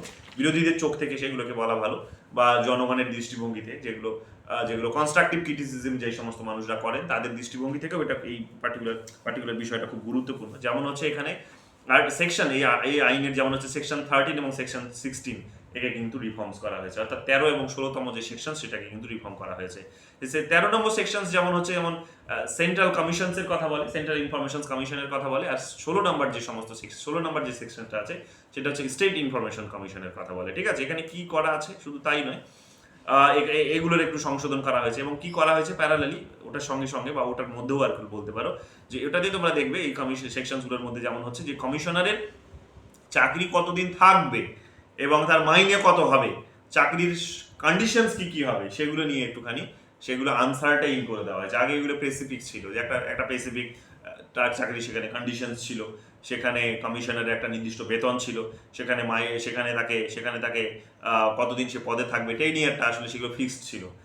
কিন্তু এখানে এই আইনটা সংশোধন করার মধ্যে দিয়ে এটা কিন্তু এখন সরকারের কিন্তু এখন ইচ্ছার উপর নির্ভর করে দেওয়া হয়েছে। এটা নিয়ে এখন একটা কন্ট্রোভার্সিও তোলা হয়, বিশেষ করে অনেকেই বলার চেষ্টা করেন, বিশেষ করে বিরোধীরা এটা নিয়ে অভিযোগ করেছে 2019 সালের দিকে। এটা আমরা খবরের কাগজে দেখেছি, বা এটা আমরা রাজনীতিতেও দেখেছি। সেটা হচ্ছে যে এই অভিযোগটা আসলে এই কারণেই বিরোধীরা করে, এইভাবেই দেখে এই জিনিসটাকে, এই সংশোধনটাকে, যে না সেই সময় নরেন্দ্র মোদীর বিরুদ্ধে প্রচুর এখনো যেমন যেটা হয়েছে না, যে রিসেন্টলি তোমরা দেখবে যে শিক্ষাগত যোগ্যতা নিয়ে প্রশ্ন উঠছে ওনার। তো যদিও আমি তো মনে করি ব্যক্তিগতভাবে যে উনি সমস্ত শিক্ষার ঊর্ধ্বে, দেশের প্রধানমন্ত্রী, তিনি প্রধান, দেশটাকে লিড করছেন, এত বড় বড় শিক্ষিত মানুষকে তিনি এখানে কন্ট্রোল করছেন, পরিচালনার কাজটা করছেন। তো সমস্ত পুঁথিগত শিক্ষার উনি ঊর্ধ্বে, কিন্তু যাই হোক তারপরেও যারা ডিমান্ড করছেন যে পুঁথিগত শিক্ষা, যেহেতু একটা আমাদের লিগাল ইস্যু, সেগুলো ইলেকশনের সময় তিনি জানিয়েছিলেন যে তার একটা নির্দিষ্ট তার একটা কোয়ালিফিকেশনস আছে, তিনি বিভিন্ন ইউনিভার্সিটি থেকে বিভিন্ন ডিগ্রি লাভ করেছেন। তো তো এটা নিয়ে যখন প্রশ্ন চিহ্ন উঠলো যে তিনি কোন ডিগ্রি ইউনিভার্সিটিতে কি ডিগ্রি লাভ করেছেন সেটা এবার একটু জনসমক্ষে নিয়ে আসা হোক, তখন দেখা গেল যে একটা কন্ট্রোভার্সি জায়গাও সেখানে তৈরি হয়েছিল। এবং শুধু তাই নয়, গভর্নমেন্টের বিভিন্ন ইনফরমেশনসগুলো সেখানে যেগুলো হয়তো সরকার চাইছিল না সেগুলো নিয়েও আসলে প্রকাশ করার চেষ্টা করা হচ্ছিল। জনগণ হয়তো কোথাও দেখেছে যে না, সেগুলো হয়তো তাদের জন্য, সরকারের জন্যই হোক বা কিংবা নিরাপত্তার জন্যই হোক, যে কোনো কারণেই হোক, যে এটা হয়তো ঠিক হচ্ছে না। তো তখন কি করলাম, আমরা আইনটাকে সংশোধন করতে দেখলাম। ঠিক আছে, বিরোধীরা আসলে এই অভিযোগটাই তোলার চেষ্টা করে যে ইনফরমেশন কমিশনার যিনি ছিলেন তিনি যেহেতু স্বাধীনভাবে যেহেতু কাজ করছিলেন, যেহেতু তার চাকরি হারানোর এখানে কোনো ব্যাপার নেই, চাকরির শর্তাদি চেঞ্জ করে দেওয়ার কোনো এখানে যেহেতু ব্যাপার নেই, তার যেহেতু মাইনে বেতন চেঞ্জ করে দেওয়ার যেহেতু এখানে কোনো প্রভিশন নেই, তাই নিজের আনন্দে সে কিন্তু কাজ করে যাচ্ছেন, যেটা জনগণ চাইছে, যেভাবে চাইছে দেশকে সমৃদ্ধ করার জন্য তিনি এখানে করে যাচ্ছিলেন, গণতন্ত্রকে আরো উন্নত করার জন্য তিনি করছিলেন। কিন্তু সেটা হয়তো সরকারের খারাপ, কারণ নরেন্দ্র মোদী যখন ডিগ্রি নিয়ে তুমি চিৎকার চেঁচামেচি করছো, এবার ডিগ্রি সেখানে দেখানো হচ্ছে না, তখন সেটা তার ইমেজকে অবশ্যই একটা অ্যাটাক করে। যদিও তারা পরবর্তীকালে দেখিয়েছে, অমিত শাহ আমরা দেখছিলাম একদিন, তিনি নিজেই সেটা অনেক পরে আসলে, যে তিনি প্রেস কনফারেন্স করে সেটা আমাদের সামনে রেখেছেন। সেই কন্ট্রোভার্সিটাই এখনো চলছে। যেমন দেখবে সেই সময় দেখবে অরবিন্দ কেজরিওয়াল নিজেই আরটিআই করে তখন প্রধানমন্ত্রীর ডিগ্রি জানতে চেয়েছিলেন। তো সেই কেসটা গুজরাট হাইকোর্ট, যেমন এখন বোধহয় গুজরাট হাইকোর্ট বা কোনো একটা কোর্ট, সেখানে আমরা দেখছিলাম দুদিন আগেই, যে সেখানে কিন্তু তাকে 25,000 টাকা জরিমানা করেছে, যে তিনি কেন সেখানে চাইবেন, কেন, কারণ এগুলো তো অলরেডি পাবলিক ডোমেনে রয়েছে। তো এগুলো পাবলিক ডোমেনে রয়েছে, তারপরেও যখন এগুলো চাওয়া হচ্ছে তখন তার মধ্যে একটা রাজনৈতিক অভিসন্ধি আছে। তো এই ধরনের একটা আর্গুমেন্ট থেকে এখানে কিন্তু তাকে জরিমানা করা হয়েছে। তো যাই হোক, এখন সেটা কতটা যুক্তিযুক্ত হয়েছে, কতটা যুক্তিযুক্ত হয়নি, সেটা নিয়ে একটা ডিবেট তো রাজনীতির ময়দানে চলছে। তো মোটামুটি এইভাবেই, কিন্তু মোটামুটিভাবে আমরা স্টুডেন্ট হিসেবে এটা বোঝা দরকার যে যখন একটা বডি যখন ইন্ডিপেন্ডেন্টলি কাজ করতে পারবে, তার যখন চাকরির মেয়াদ, তার যখন সার্ভিস কন্ডিশনস, তার যখন মাইনে বা বেতন স্যালারি যখন আনসার্টেইন হবে না, সার্টেইন হবে, ফিক্সড যখন থাকবে, সেটাকে যখন কোনো অবস্থাতে পরিবর্তন করা যাবে না। যেমন হচ্ছে কনস্টিটিউশনাল যে সমস্ত পোস্টগুলো আছে, হ্যাঁ, সেই সমস্ত পোস্টগুলো যেমন হচ্ছে বদলানো যায় না। এর আগের দিন আমি তোমাদের বলছিলাম যে বিভিন্ন পোস্টগুলোর, যেমন রাষ্ট্রপতি, উপরাষ্ট্রপতি, কিংবা তোমার ধরো যে চিফ জাস্টিস বা হাইকোর্টের বিচারপতি, সুপ্রিম কোর্টের বিচারপতি, এদের বেতন যেমন যখন তখন বাড়ানো যায় না, কমানো যায় না। কেন? কারণ এগুলো হচ্ছে কনস্টিটিউশনাল পোস্ট, এগুলোর মহত্ব অনেক বেশি। এদের বেতন যদি কমিয়ে দেওয়া হয়, তখন ওকে কি করবে? তো সংসার চালাবে কি করে? ও তো ফুল টাইম সেখানে দেয়, তো ফুল টাইম দিতে সে যেতে পারবে না। তখন আমরা দেখেছি যে স্বাভাবিকভাবে সে হয়তো স্বাধীনভাবে কাজ করতে পারবে না। তো এই কারণে আসলে এটাকে বলার চেষ্টা করা হয়। এবং আমরা এটাও একটা, কেউ না বললেও এটাও সত্যি কথা, যে একটা মানুষের যখন তার নিজের ইনকাম নিয়ে যখন চিন্তা থাকবে না, তার যখন চাকরি হারানোর ভয় থাকবে না, তখন এটা কিন্তু সে স্বাভাবিক ভালোভাবেই কাজটা করতে পারবে। যদিও এটাও ঠিক কথা যে সে যদি কোনো ভুল করে থাকে, তাহলে তাকে ভুল 5 বছরের মেয়াদ বা যে মেয়াদটা আসলে বেঁধে দেওয়া হয়েছে সেটা পূর্ণ করার আগেই তাকে ছড়িয়ে দেওয়া যেতে পারে, এটাও ঠিক। কিন্তু কথাটা হচ্ছে যে গণতন্ত্রে আসলে জনগণ তো দেখছে, তাই না? জনগণ তো সেখানে সব থেকে বড় অভিভাবক। জনগণ তো দেখছে যে কে ভুল কাজ করছে, কে ঠিক কাজ করছে। কাজেই ওদের পোস্টগুলোকে সিকিউর করাটা হলেই বোধহয় বেটার হয়। এটা আমার ব্যক্তিগত অভিমত বলবো। সব পোস্টগুলোর ক্ষেত্রে আমি বলবো না যে পার্মানেন্ট চাকরি থাকা দরকার, সেটা অবশ্যই হওয়া উচিত নয়। কিন্তু কিছু কিছু পোস্ট যেগুলো খুবই সিগনিফিকেন্ট পোস্ট, যেটা গোটা সমাজকে রাতারাতি বদল করার মতো ক্ষমতা যারা রাখে, সেই সমস্ত পোস্টগুলোকে এই ধরনের একটা জায়গা অবশ্যই দেওয়া উচিত, যাতে করে গণতন্ত্র আমাদের আরো অনেক বেশি উন্নত হতে পারে। ঠিক আছে, এবং আমরা দেখতে পাবো যে এই আইন কানুনটা এইরকম ভাবে এখনো পর্যন্ত এসেছে। একটা প্রশ্ন পরীক্ষা যেটা জানতে চাই, সেটা হচ্ছে লাস্ট যেটা প্রশ্ন বারবার পরীক্ষা জানতে চাই, সেটা হচ্ছে যে আইনটা কবে ফোর্স হয়েছে, কবে এফেক্টিভ হয়েছে। ঠিক আছে, কবে কবে এটা কার্যকরী হয়েছে। তো এটা হচ্ছে 12 অক্টোবর 2005। তো এটাও একটুখানি মাথায় রাখবো, কারণ এটাও পরীক্ষা জানতে চেয়েছিল যে এটা 2005 সালের 12 অক্টোবরে এটা কিন্তু এনফোর্স হয়েছে। ঠিক আছে, তো এই নিয়ে গেল আজকের আমাদের আলোচনা হচ্ছে রাইট টু ইনফরমেশন, এবং সেখানে আমাদের সেন্ট্রাল ইনফরমেশন, স্টেট ইনফরমেশন, এবং ইন জেনারেল আসলে এটার একটা কমপ্লিট আলোচনা। ঠিক আছে, বুঝতে পারলে তো? অসুবিধা হয়নি?